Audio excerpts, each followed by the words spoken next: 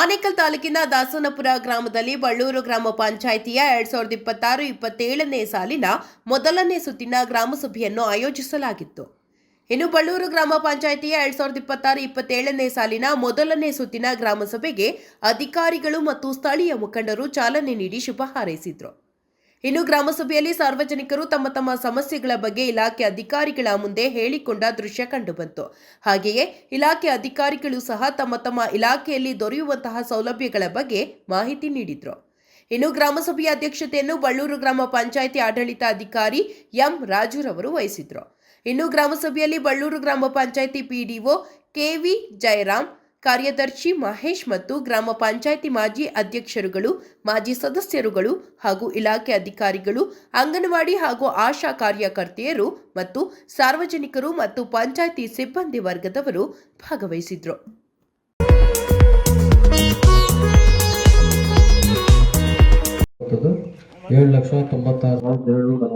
ರೂಪಾಯಿ ಒಟ್ಟು 18,64,346 ರೂಪಾಯಿ ಖರ್ಚು ಅವಶ್ಯವಾಗಿಲ್ಲ.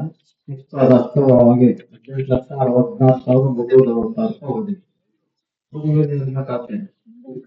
ಸರ್, ಇಲ್ಲಿ ಪ್ರಮುಖವಾಗಿ ಜನರ ಸಮಸ್ಯೆಗೆ ಬೇಕಾಗಿರುವಂಥ ಅಧಿಕಾರಿಗಳೇ ಇಲ್ಲ.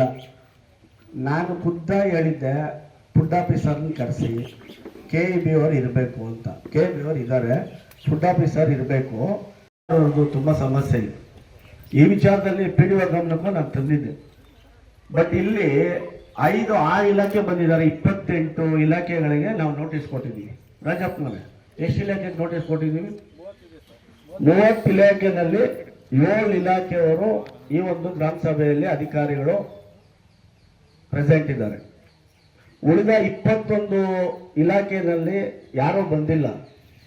ಕೆಲವು ಇಲಾಖೆಗಳು ಕೆಲಸ ಕಾರ್ಯನಿರ್ವಹಿಸಲ್ಲ ಅಥವಾ ಡಮ್ಮಿ ಆಗಿರುತ್ತೆ, ಓಕೆ. ಕೆಲವು ಇಲಾಖೆಗಳು ಪಂಚಾಯಿತಿಗೆ ನೇರ ಸಂಬಂಧ ಅಂತ ಹೊಂದಿರುವಂಥ ಇಲಾಖೆಗಳಿದೆ. ಆ ಇಲಾಖೆ ಈ ಇಲಾಖೆ ಜೋಡಿತ ಥರ ಕೆಲಸ ಮಾಡೋಂಥ ಇಲಾಖೆಗಳಿರ್ತವೆ. ಆ ಇಲಾಖೆ ಅಧಿಕಾರಿಗಳು ಬಂದಾಗಲೇ ಅಲ್ವಾ ಸ್ವಲ್ಪ ಜನರಿಗೆ ಸಂಪೂರ್ಣವಾಗಿ ಏನಾದರೂ ಒಂಚೂರು ಮಾಹಿತಿ ಅಥವಾ ಯಾಕೆ ಆಗ್ತಾ ಇಲ್ಲ ಎಲ್ಲದನ್ನು PDO ಮೇಲೆ ಬ್ಲೇಮ್ ಮಾಡ್ತಾರೆ. ಪಂಚಾಯಿತಿ ಅಂದ್ರೆ PDO ಒಬ್ಬರೇ ಅಲ್ವಲ್ಲ. ಇದಕ್ಕೆ 28 ಅಧಿಕಾರಿಗಳನ್ನು ಸಂಬಂಧಪಟ್ಟಿರ್ತಾರೆ. 28 ಜನದ ಸಮಸ್ಯೆ ಏನೇನು ಕಾರ್ಯಕ್ರಮಗಳಿದೆ ಅದಕ್ಕೆ ಸಂಬಂಧಪಟ್ಟ ಅಧಿಕಾರಿಗಳಿದ್ದಾಗಲೇ PDOಗೆ ಭಾರ ಕಡಿಮೆ ಆಗೋದು. PDO ರೇಷನ್ ಪ್ರಾಬ್ಲಮ್ ಆದ್ರೂ PDO, KEB ಪ್ರಾಬ್ಲಮ್ ಆದ್ರೂ PDO, ಇನ್ಯಾವುದೋ ಒಂದು ಸಮಸ್ಯೆ ಬ್ಯಾಂಕಿಂದ ಆದ್ರೆ PDO, ಸ್ಕೂಲ್ಗೆ ಏನಾದ್ರು ಪ್ರಾಬ್ಲಮ್ ಆದ್ರೆ PDO, ಎಲ್ಲದಕ್ಕೂ PDO ಆದಾಗ ಇಲಾಖೆ ಅಧಿಕಾರಿಗಳು ಏನಕ್ಕೆ ಅವಶ್ಯಕತೆ ಇದೆ? ನಮ್ಗೆ ಅದ್ರ ಅವಶ್ಯಕತೆ ನಮ್ಗಿಲ್ಲ. ಇಲ್ಲ ಅಂದ್ಮೇಲೆ ಅದಕ್ಕೋಸ್ಕರನೇ ಅವ್ರು ಯಾರು ಬಂದಿಲ್ಲ. ಇಲ್ಲಿ ಬಂದಾಗ್ಲೇ ಅಲ್ವಾ PDOಗೆ ಒತ್ತಡ, ಜನರಿಂದ ಬರುವಂತ ಸಮಸ್ಯೆಗಳು ಕಡಿಮೆ ಆಗುವಂತದ್ದು ಅಥವಾ ಅಲ್ಲಿನ ಸ್ಟಾಫ್ ಏನು ಕೆಲಸ ಮಾಡ್ಬೋದು ಅಂತೇಳಿ ತಿಳ್ಕೊಳ್ಳಕ್ಕೆ ಸಾಧ್ಯ ಆಗುವಂಥದ್ದು. ಅವ್ರು ಯಾರು ಇಲ್ಲ ಅಂದಾಗ, ಕರೆಂಟ್ ಇಲ್ಲ ಅಂದ್ರೆ ಸರ್ 3 ದಿನ ಆಯ್ತು TC ಹೋಗಿ, ಸರ್ ನಿಮ್ ಲೈನ್ಮೆನ್ ಸ್ವಲ್ಪ ಹೇಳಿ ಅಂತಾರೆ PDO ಹತ್ರ. ಲೈನ್ಮೆನ್ ಸರಿಯಾಗಿ ಕೆಲಸ ಮಾಡಲ್ಲ ಸಾರ್ ಅಂತಾರೆ. ಫುಡ್ ಆಫೀಸರ್ ರೇಷನ್ ಸರಿಯಾಗಿ ಕೊಡ್ತಾ ಇಲ್ಲ. ಆ ಗ್ರೂಪ್ ಅಲ್ಲಿ ವಿಡಿಯೋಗಳಾಗ್ತಾರೆ, ನೀವು ನೋಡ್ಬೇಕು. ಎಲ್ಲ ಅಜ್ಜಂದ್ರು ಫೋನ್ಗಳು ಇಟ್ಕೊಂಡು ಓಡಾಡ್ತಾ ಇರೋ ವಿಡಿಯೋಗಳಾಗ್ತಾರೆ. ಸರ್ವರ್ ಇಲ್ಲ, ವಾಪಸ್ ಕಳಿಸ್ತಾ ಇದೀವಿ. PDO ಇದನ್ನ ಬಗೆಹರಿಸಬೇಕು ಈ ಕೂಡಲೇ. PDO ಸರಿ ಇಲ್ಲ, PDO ಬರಲ್ಲ. ಹಾಗಾದ್ರೆ PDO ಒಬ್ಬರಿಗೆ ಎಲ್ಲಾ ಅಧಿಕಾರಿಗಳ ಒಂದು ಕೆಲಸವನ್ನ PDO ಕೊಟ್ಬಿಟ್ರೆ ಅವರೇ ಮಾಡ್ಕೊಂಡು ಹೋಗ್ತಾರೆ ಅಲ್ವಾ? ಆಡಳಿತಾಧಿಕಾರಿಗಳಿದ್ದೀರಾ ಅಂತ ಕೇಳ್ತಾ ಇದ್ದೀನಿ. ಅದರಿಂದ ದಯವಿಟ್ಟು ಫುಡ್ ಆಫೀಸರ್ ಇಲ್ಲ ಈಗ. ಆಮೇಲೆ ನಿನ್ನೆ PDO ನನ್ನ ಮುಂದೆನೆ ಫೋನ್ ಮಾಡಿದ್ದಾರೆ, ನೀವು ಬರಲೇಬೇಕು ಅಂತ. ಅವ್ರು ಬಂದಿಲ್ಲ. ಫೋನ್ ಮಾಡಿ ನೋಟಿಸ್ ಕೊಟ್ಟು ಬರ್ದೇ ಇದ್ದಾಗ ಅವರ ಒಂದು ನಡವಳಿಕೆ ಹೇಗಿದೆ? ಏನ್ ಆಕ್ಷನ್ ತಗೋಬಹುದು? ಇದೇನ್ ಗೊತ್ತಾ ಸರ್, ಮಾಡ್ತಾ ಇದೀವಿ ಗ್ರಾಮ ಸಭೆ, PDO ಅವ್ರು ಹೋಗ್ತಾರೆ, ನಾವು ಕೇಳಿಸ್ಕೊಳ್ತಾ ಇದೀವಿ, ಹೋಗ್ತಾ ಇದೀವಿ. ತುಂಬಾ ಸಮಸ್ಯೆ ಇರೋದು ರೇಷನ್ ಕಾರ್ಡ್ದು. ಈ ಒಂದು 2-3 ಇಲಾಖೆಗಳಿಂದ ನೀರು ಸರಬರಾಜು JJM ಅವರು ಇನ್ನೂ ಬಂದೇ ಇಲ್ಲ. JJM ಅವರು ಯಾರು ಬಂದಿದ್ದಾರೆ? ಈಗ ಬಂದಿರಬೇಕು.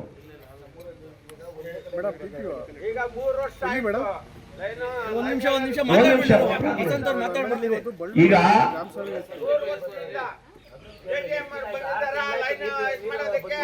ಜನಕ್ಕೆ ಗೊತ್ತಾಗ್ಬೇಕು PDO ಏನ್ ಸಮಸ್ಯೆ, PDO ಕೈಯಲ್ಲಿ ಏನ್ ಮಾಡಬಹುದು ಅಂತ.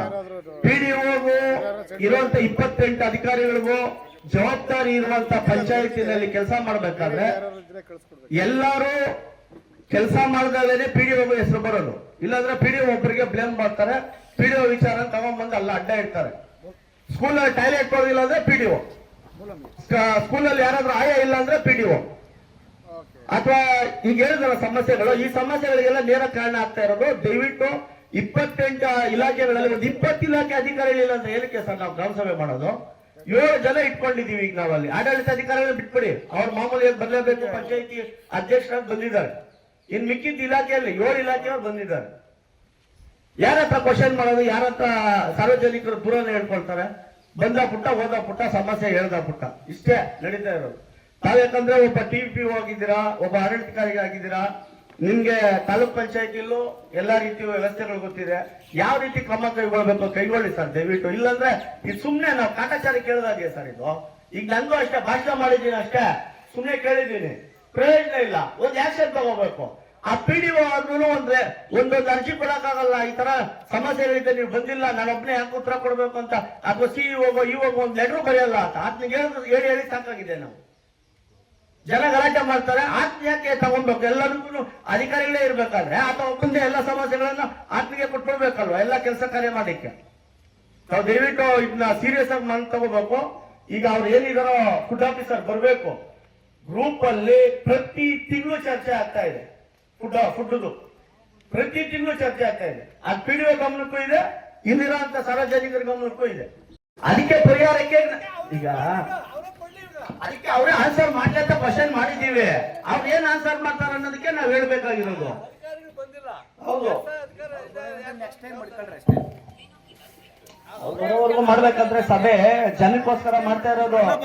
ಪ್ಲಾನ್ ಮಾಡ್ಬೇಕು ಈಗ ನಾನು ಹೇಳೋದೇನಂದ್ರೆ ಸಮಸ್ಯೆ ಹೇಳ್ತಾರೆ. ಜನ ಅಂತಾರೆ 6 ಜನ ಅಂದ್ರೆ ಕನಿಷ್ಠ ಪ್ರಕಾರ ಅರ್ಧ ಆದ್ರೂ ಬಂದಿಲ್ಲ ಅಂದ್ರೆ ಅವಾಗ ಏನು ಒಂದ್ ಸಭೆ ನಡೆಸಬಹುದಾ ನಡೆಸಬಾರ್ದ ನಿಮ್ ಕಾನೂನಲ್ಲಿ ಇದೆಯಾ ಇಲ್ಲ? ಅದೇ ನಾನು ಹೇಳ್ತಾ ಇದ್ದೀನಿ ಅಷ್ಟೇ. ಚರ್ಚೆ ಮಾಡಿ ಅದನ್ನ ನ್ಯಾಯಯುತವಾಗಿ ಅವರೇ ಸುಲಭವಾಗಿ ತಲುಪಿಸೋ ಒಂದು ಕೆಲಸ ಮಾಡೋದು ಗ್ರಾಮ ಸಭೆ. ಈ ನಿಟ್ಟಿನಲ್ಲಿ ತಾವು ಕೇಳಿರೋ ಪ್ರಶ್ನೆಗಳು ಸಮಂಜಸವಾಗಿದೆ, ಅದ್ರ ಬಗ್ಗೆ ನನಗೆ ಇದಿಲ್ಲ.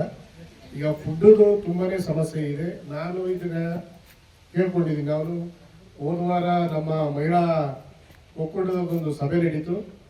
ಅಲ್ಲಿ ಸುಮಾರು ನಮ್ಮ ಮಹಿಳಾ ಗ್ರಾಮ ಸಭೆ ಮಹಿಳಾ ಒಕ್ಕೂಟದ ಸದಸ್ಯರುಗಳು ಸುಮಾರು ಒಂದು 100 ಜನ ಅಷ್ಟು ಅಲ್ಲಿ ಭಾಗವಹಿಸಿದ್ರು. ಅವರು ಕೂಡ ಅವಾಗ ಇದೇ ವಿಷಯ ಹೇಳಿದ್ರು, ತಮಗೆ ರೇಷನ್ ಸರಿಯಾಗಿ ಕೊಡ್ತಾ ಇಲ್ಲ, 2ನೇ ದಿನಕ್ಕೆ ಕ್ಲೋಸ್ ಅಂತ ಹೇಳ್ತಾರೆ.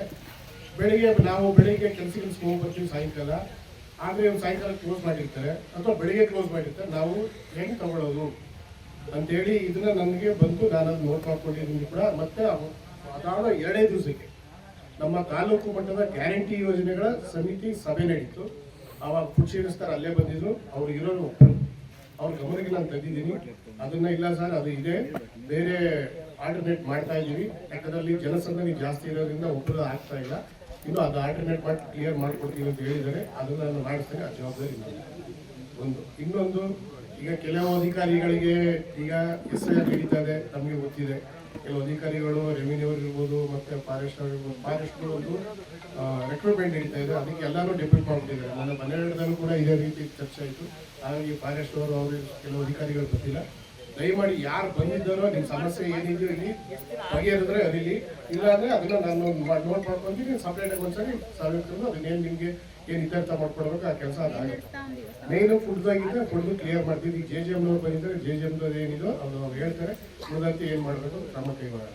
ಮತ್ತೆ ಇನ್ಯಾವ್ದಾದ್ರು ಇಲಾಖೆಗಳು ನಿಮಗೆ ಅವಶ್ಯಕತೆ ಇದ್ದು ಇಂಥದ್ದು ಆಗ್ಬೇಕು ಅಂತಿದ್ರೆ ದಯಮಾಡಿ ಹೇಳಿ, ನಿಮ್ಗೆ ಏನಿದೆಯೋ ಅದು ಅನುಕೂಲತೆ ಹೆಂಗ್ ಬೇಡಕ್ಕೂ ಮಾಡಿ. ಸರ್, ತೋಟಗಾರಿಕೆ ಇಲಾಖೆ ಬರಲ್ಲ, ಡ್ರಿಪ್ ಅದು ಕೊಡ್ತೀನಿ ಅಂತ ಹೇಳಿದ್ರೆ ಒಂದು ತಲುಪಿಲ್ಲ. ಇದೆ ಏನು ಸರ್? ಇಲ್ಲೆಲ್ಲ ಇರೋದು ರೈತಾಪಿ ಜನ. ಈಗ ನೀವು ತೋಟಗಾರಿಕೆ ಇಲಾಖೆ, ನಿಮ್ಗೆ ತೋಟಗಾರಿಕೆಯವರು, ಅಗ್ರಿಕಲ್ಚರ್ ಅವರು, ಫುಡ್ ಅವರು ಬೇಕಿದ್ದು ಇವರೆಲ್ಲ ಇದ್ದಾರೆ ಸರ್. ಎಲ್ಲಿದೆ? ರೇಷ್ಮೆ ಇಲಾಖೆ ಬಂದಿದ್ದಾರೆ, ಮಹಿಳಾ ಸಮಾಜ ಇಲಾಖೆ ಬಂದಿದ್ದಾರೆ, ಮಿಕ್ಕಿದ ಅಧಿಕಾರಿಗಳು ಯಾರು ಬಂದಿದ್ದಾರೆ ಸರ್? Revenue department ಅವರಿಲ್ಲ. ಇವಾಗ ಮುಖ್ಯವಾಗಿ ಅಲ್ಲ, ನಮಗ್ ಬೇಕಾಗಿರೋ ಅಧಿಕಾರಿಗಳು ಒಬ್ರು ಇಲ್ಲ. ನಮ್ಗೆ ಬೇಡ ಇರೋ ರೈತರಿಗೆ ಬೇಡದೇ ಇರೋ ಅಧಿಕಾರಿಗಳು ಬಂದಿದ್ದಾರೆ ಇಲ್ಲಿ. ಆಯ್ತು, ನಿಮ್ ಸಮಸ್ಯೆ ಏನಿದೆ ಹೇಳ್ರಿ, ನಾನು ಅದನ್ನ ಸಾಲ್ವ್ ಮಾಡ್ಕೊಡ್ತೀನಿ. ಹೆಂಗ್ ಸರ್ ಸಾಲ್ವ್ ಮಾಡಿದ್ರೆ ಅಧಿಕಾರಿಗಳೇ ಬರೆದಿದ ಮೇಲೆ ಹೆಂಗ್ ಸರ್ ಸಾಲ್ವ್ ಮಾಡಿದ್ರೆ? ನಾವು ಗ್ರಾಮ ಸಭೆಗೆ ಅವ್ರನ್ನ ಕರೆಸಿ ಮಾಡೋದು ಅಥವಾ ಬಂದಿಲ್ಲ ಅಂದ್ರೆ ಅವ್ರನ್ನ ಕರೆಸಿ ಚರ್ಚೆ ಮಾಡಿ ನಿಮ್ಗೆ ಅನುಕೂಲ ಮಾಡೋ ಅಧಿಕಾರ ಗ್ರಾಮ ಪಂಚಾಯತಿ ಗ್ರಾಮ ಸಭೆಗೆ ಇದೆ. ಇವತ್ತು ಬಂದಿಲ್ಲ ಅಂತ ಅವ್ರನ್ನ ಬಿಟ್ಬಿಡೋ ಸರ್ ಇಲ್ಲ, ಹೇಳಿ ಸರ್. ನಿಮ್ಗೆ ಇದೆ ಪವರ್ಸ್ ಇದೆ. ಬಟ್ ನಾನ್ ಹೇಳೋದೇನಂದ್ರೆ ಅಥವಾ ನೀವಿರ್ಬೋದು PDO ಇರ್ಬೋದು, ಯಾಕೆ ಅವ್ರಿಗೆ ಲೀಗಲ್ ಆಗಿ ನೀವು ಈ ತರ ಬರ್ತಾ ಇಲ್ಲ ಅಂತ ಪ್ರತಿ ಗ್ರಾಮ ಸಭೆಯಲ್ಲಿ ಕೇಳ್ತೀವಲ್ವಾ? ಯಾಕೆ ಒಂದು ನೋಟಿಸ್ ಇಶ್ಯೂ ಮಾಡಲ್ಲ ಅವ್ರಿಗೆ? ನೀವು ಇಶ್ಯೂ ಮಾಡಿ ಯಾಕೆ ಸೀರಿಯಸ್ ಆಗಿ ನೀವು ತಗೊಳ್ತಾ ಇಲ್ಲ? ಈಗ PDO ನನ್ ಮುಂದೆನೆ ನೆನೆ ಫುಡ್ ಆಫೀಸರ್ ಫೋನ್ ಮಾಡಿದ್ರು, ಕೇಳಿ ಪಕ್ಕದಲ್ಲಿದ್ದಾರೆ. ಮಾಡಿನೂ ಬಂದಿಲ್ಲ ಅಂದ್ರೆ ಅವ್ರಿಗೆ ಇನ್ಯಾವ ತರ ಇರ್ಬೇಕು ಹೇಳಿ? ಇಲ್ಲ ನೀವು ಹೇಳಿದಾಗ ನಾನು ಅವ್ರಿಗೆ ಮಾಡಿದ್ದು, ಅವ್ರ ಹೆಬ್ಬಗೋಡಿಗೆ ಅವರು ಯಾರೋ ರಿಲೇಟಿವ್ ಕ್ಯಾನ್ಸರ್ ಆಗಿದೆ ಅಂತ, ಅದಕ್ಕೆ ನಾನು ಪರ್ಸನಲ್ ಹೋಗಿದ್ದೀನಿ ಸರ್. ರಜೆ ಇದ್ದೀನಿ. ನೆನ್ನೆ ನಮ್ಮ PDO ಅವರು ಫೋನ್ ಮಾಡಿ ಮೇಡಮ್ ಅನ್ನು ಕಳಿಸ್ತೀನಿ ಅಂದ್ರು ನೆನ್ನೆನೆ ಅವರು. ಇಲ್ಲ, ಅವ್ರು ಒಬ್ಬರೇ ಸಿಗಿಸ್ತದೆ ಹೇಳೋದು ನಿಮಗೂ ಗೊತ್ತಿದೆ, ಇನ್ಯಾರು ಇಲ್ಲ ಅಲ್ಲಿ ಆಯ್ತಾ. ಅದೇನಾದ್ರು ಇದ್ರೆ ಹೇಳಿ ಸರ್. ನಾನು ಕುಡಿದ ವಿಷಯ ನನ್ಗೆ ಚೆನ್ನಾಗಿ ಗೊತ್ತಿದೆ. ಅದನ್ನ ಅರ್ಧ ಗಂಟೆ ನಮ್ಮ ಮಹಿಳಾ ಸಂಘದವ್ರು ಚರ್ಚೆ ಮಾಡಿದ್ರೆ ಅದು ಗೊತ್ತಿದೆ, ಅದು ಹೇಳ್ತೀನಿ, ಕ್ಲಿಯರ್ ಮಾಡ್ತೀನಿ. ಕಂದಾಯ ಇಲಾಖೆಯವರು ಬಂದಿಲ್ಲ. ಶಶಿಗೆ ಹೇಳಿದ್ರು, ಖುದ್ದಾಗಿ ಫೋನ್ ಮಾಡಿ ಕರೆದಿದ್ದೀವಿ. PDO ಕರೆದಿದ್ದಾರೆ, ಆತನೂ ಬಂದಿಲ್ಲ. ಆಮೇಲೆ ಸರ್, ಪೊಲೀಸ್ ಇಲಾಖೆ, ಅಬಕಾರಿ ಇಲಾಖೆ, ನಾವು ಗಡಿ ಭಾಗದಲ್ಲಿ ಇರೋದು. ನಮ್ಮಲ್ಲಿ 26-30 ಬಾರ್ ಇದೆ. ಅಬಕಾರಿ ಇಲಾಖೆಯವರೇ ಬಂದಿಲ್ಲ ಇಲ್ಲಿ. ನಾವಲ್ಲಿ ಬದುಕ್ತಾ ಇದ್ದೀವಿ ಅಂದ್ರೆ ಒಂದು ಇದ್ರ ಮೇಲೆ ಬದುಕ್ತಾ ಇದ್ದೀವಿ, ಒಂದು ನೀರ್ ಮೇಲೆ ಗುಳ್ಳೆ ಯಾವನ್ ಎಲ್ಲಾಗ್ತಾನ ಗೊತ್ತಿಲ್ಲ, ಆ ರೀತಿ ಬದುಕ್ತಾ ಇದ್ದೀವಿ. ಅಬಕಾರಿ ಇಲಾಖೆ ಆ ತರ ನಡ್ಕೊಂತ ಇದೆ ಬಾರ್ಗಳ ಹತ್ರ. ಅವ್ರು ಕೆಲಸ ಮಾಡ್ತಾವ್ರೋ ಲಂಚ ತಗೊಂಡು ಹೋಗ್ತಾ ಇದಾರೋ ನಮ್ಗೆ ಗೊತ್ತಿಲ್ಲ. ನಮ್ಮ ಕಷ್ಟನ ಅವ್ರ ಹತ್ರ ಹೇಳ್ಕೊಳಕ್ ಇಪ್ಪನೇಳಿ ನಾಟಿ ಮಾಡಬೇಕು, ಕೂಡ ಸಾಕಾಣಿಕೆ ಮಾಡಬೇಕು, ಇದು ಎರಡು ಬರುತ್ತೆ. ಇಪ್ಪನೇಳಿ ನಾಟಿ ಮಾಡಿದ್ರೆ ಸರ್ಕಾರದಿಂದ ರೈತರಿಗೆ ಶೇಕಡ 45% ಅಂದ್ರೆ 45,000 ರೂಪಾಯಿ ಸಹಾಯಧನ ಸಾಮಾನ್ಯ ಜನರಿಗೆ ಸಿಗುತ್ತೆ. ಅದೇ ರೀತಿ ಪರಿಶಿಷ್ಟ ಜಾತಿ ಪರಿಶಿಷ್ಟ ಪಂಗಡಕ್ಕೆ 54,000 ರೂಪಾಯಿ 1 ಎಕರೆ ನಾಟಿ ಮಾಡಿದ್ರೆ ಸಹಾಯಧನ ಸಿಗುತ್ತೆ. ಇನ್ನು ಇಪ್ಪನೇಳಿ ನಾಟಿ ಮಾಡಿದ್ಮೇಲೆ ಹನಿ ನೀರಾವರಿ ಘಟಕ ಅಳವಡಿಸಬೇಕು, ಅದಕ್ಕೆ ಶೇಕಡ 90% ಸಹಾಯಧನ ಸಿಗುತ್ತೆ. ನಂತರ ಹುಳು ಸಾಕಾಣಿಕೆ ಮನೆ ಕಟ್ಟಬೇಕು. ಹುಳು ಸಾಕಾಣಿಕೆ ಮನೆ ಕಟ್ಟಿದ್ರೆ 600 ಚದರಡಿಗೆ 3,37,500 ರೂಪಾಯಿ ಸಹಾಯಧನ ಸಿಗುತ್ತೆ. ನೆಕ್ಸ್ಟ್ 2 ಎಕರೆ ಇಪ್ಪನೇಳಿ ನಾಟಿ ಮಾಡಿದ್ದು 1000 ಚದರಡಿ ಮನೆ ಕಟ್ತೀವಿ ಅಂದ್ರೆ ಆ ಒಂದು ಹುಳು ಮನೆಗೆ 3,37,500 ರೂಪಾಯಿ ಸಹಾಯಧನ ಸಿಗುತ್ತೆ. ಇನ್ನ ಮೊದಲ ರೇಷ್ಮೆ ಅಂದ್ರೆ ಮೊಟ್ಟೆ ತಂದು ಮನೆಗಳಲ್ಲಿ ಚಾಕೆ ಕಟ್ಟಬೇಕಾಗಿತ್ತು. ಈಗ ಏನ್ ಮಾಡ್ತಾರೆ ಅಂದ್ರೆ ಚಾಕೆ ಸೆಂಟರ್ ಇಂದಾನೆ ಹುಳ ತಂದು ಮನೆಗೆ ಕೊಡ್ತಾ ಇದ್ದಾರೆ. ಇವತ್ತು ಈ ಪಂಚಾಯತಿಯಲ್ಲಿ ಮೋಸ್ಟ್ಲಿ ಇಲ್ಲಿ ಇಲ್ಲ. ಯಾಕಪ್ಪ ಅಂದ್ರೆ ಇಲ್ಲಿ ಸಾಮಾನ್ಯವಾಗಿ ಹೂವು ಕ್ರಿಮಿನಾಶಕ ಜಾಸ್ತಿ ಸಿಂಪಡಣೆ ಮಾಡ್ತಾ ಇರೋದ್ರಿಂದ ರೇಷ್ಮೆ ಸ್ವಲ್ಪ ಕಡಿಮೆ ಆಗಿದೆ. ಆದ್ರೆ ತಾಲೂಕಿನಲ್ಲಿ ಬಹಳ ಹೆಚ್ಚು, ಇವತ್ತು ನಮ್ಮ ತಾಲೂಕಿಗೆ ಇವತ್ತು ಹೈಯೆಸ್ಟ್ ಆಗಿ ಬೆಳೀತಾ ಇದ್ದಾರೆ ರೇಷ್ಮೆ ಇಲಾಖೆಯಲ್ಲಿ. ಮೊದಲು 100 ಮೊಟ್ಟೆಗೆ ಇವತ್ತು 50-40 ಕೆಜಿ ಇತ್ತು, ಇವತ್ತು 80-100 ಕೆಜಿ ಬೆಳೀತಾರೆ. 1 ಕೆಜಿ ಗೂಡಿಗೆ 80 ರೂಪಾಯಿ 800 ರೂಪಾಯಿ ಸಿಗುತ್ತೆ. ಸರ್ಕಾರದಿಂದ 1 ಕೆಜಿ ಬೆಳೆದ್ರೆ ದ್ವಿದಳ ಗೂಡಿಗೆ 30 ರೂಪಾಯಿ ಸಹಾಯಧನ ಸಿಗುತ್ತೆ. ಇನ್ನ 1,000 ಚಾಕಿ ಮೊಟ್ಟೆ 100 ಮೊಟ್ಟೆ ಅಂದ್ರೆ ಅದಕ್ಕೆ 1,000 ರೂಪಾಯಿ ಸಹಾಯಧನ ಸಿಗುತ್ತೆ. ಇನ್ನು ಉಚಿತವಾಗಿ ಬ್ಲೀಚಿಂಗು, ಡೆಕಾಲು, ಕ್ಲೋರೋಫೆಕ್ಟು ಯಾರು ಹುಳು ಸಾಕಣೆ ಮಾಡ್ತಾರೋ ಅವ್ರಿಗೆಲ್ಲ ಉಚಿತವಾಗಿ ಇಲಾಖೆಯಿಂದ ಸಹಾಯಧನಗಳು ಸಿಗುತ್ತೆ. ಮತ್ತು ಉಚಿತವಾಗಿ ಒಂದು ಸೌಲಭ್ಯಗಳು ಹೊಸಕೊಟ್ಟಿದೆ. ದಯವಿಟ್ಟು ಒಂದು ರೈತರು ಈ ಒಂದು ಸಹಾಯವನ್ನು ಪಡ್ಕೊಳ್ಬೇಕು. ಹಾಗೂ ಒಂದು ಆಪರ್ಚುನಿಟಿ KYC ಮಾಡಿಸ್ಕೋಬೇಕು ಅಂತ ನಾನು ಹೇಳ್ಕೊತೀನಿ. ಅವ್ರ ಮಾಹಿತಿನೂ ಕೂಡ ತಮ್ಮ ಹಳ್ಳಿ ಒಂದು ಗ್ರೂಪ್ ಅಲ್ಲಿ ನಾನು ಶೇರ್ ಕೂಡ ಮಾಡಿದ್ದೆ. ಇನ್ನು ನೆಕ್ಸ್ಟ್ ಬಿಟ್ರೆ ಬೆಳೆ ವಿಮೆ ಅಂದ್ರೆ ಕ್ರಾಪ್ ಇನ್ಶೂರೆನ್ಸ್ ಅಂತ ಏನ್ ಹೇಳ್ತೀವಿ. ಈ ಸರಿ ಮಳೆ ಸ್ವಲ್ಪ ಅಭಾವ ಇದೆ ಅನ್ನೋ ಮುನ್ಸೂಚನೆ ಬಂದಿರೋದ್ರಿಂದ ನಮ್ಮ ಬಳ್ಳೂರು ಗ್ರಾಮ ಪಂಚಾಯತಿಗೆ ರಾಗಿ ಮಳೆ ಆಶ್ರಿತ ಈ ಬೆಳೆಯನ್ನ ಕ್ರಾಪ್ ಇನ್ಶೂರೆನ್ಸ್ ಮಾಡ್ಕೊಳ್ಲಿಕ್ಕೆ ನೋಟಿಫೈ ಆಗಿದೆ. ಈ ಬೆಳೆ ಕ್ರಾಪ್ ಇನ್ಶೂರೆನ್ಸ್ ಮಾಡ್ಕೊಳ್ಳಿಕ್ಕೆ ನಿಮಗೆ 14ನೇ ತಾರೀಕು ಆಗಸ್ಟ್ ತಿಂಗಳು 2026 ಕೊನೆ ದಿನಾಂಕ ಆಗಿರುತ್ತೆ. ಅದರೊಳಗಾಗಿ ತಾವೆಲ್ಲರೂ ಬೆಳೆ ವಿಮೆ ಮಾಡಿಸ್ಕೋಬೇಕು ಅಂತ ಕೇಳ್ಕೊತೀನಿ. ಬೆಳೆ ವಿಮೆನ ಯಾವುದೇ ರಾಷ್ಟ್ರೀಕೃತ ಬ್ಯಾಂಕು ಇಲ್ಲ ಗ್ರಾಮ ಒನ್ಗಳಲ್ಲಿ ತಾವು ಮಾಡಿಸ್ಕೋಬಹುದು.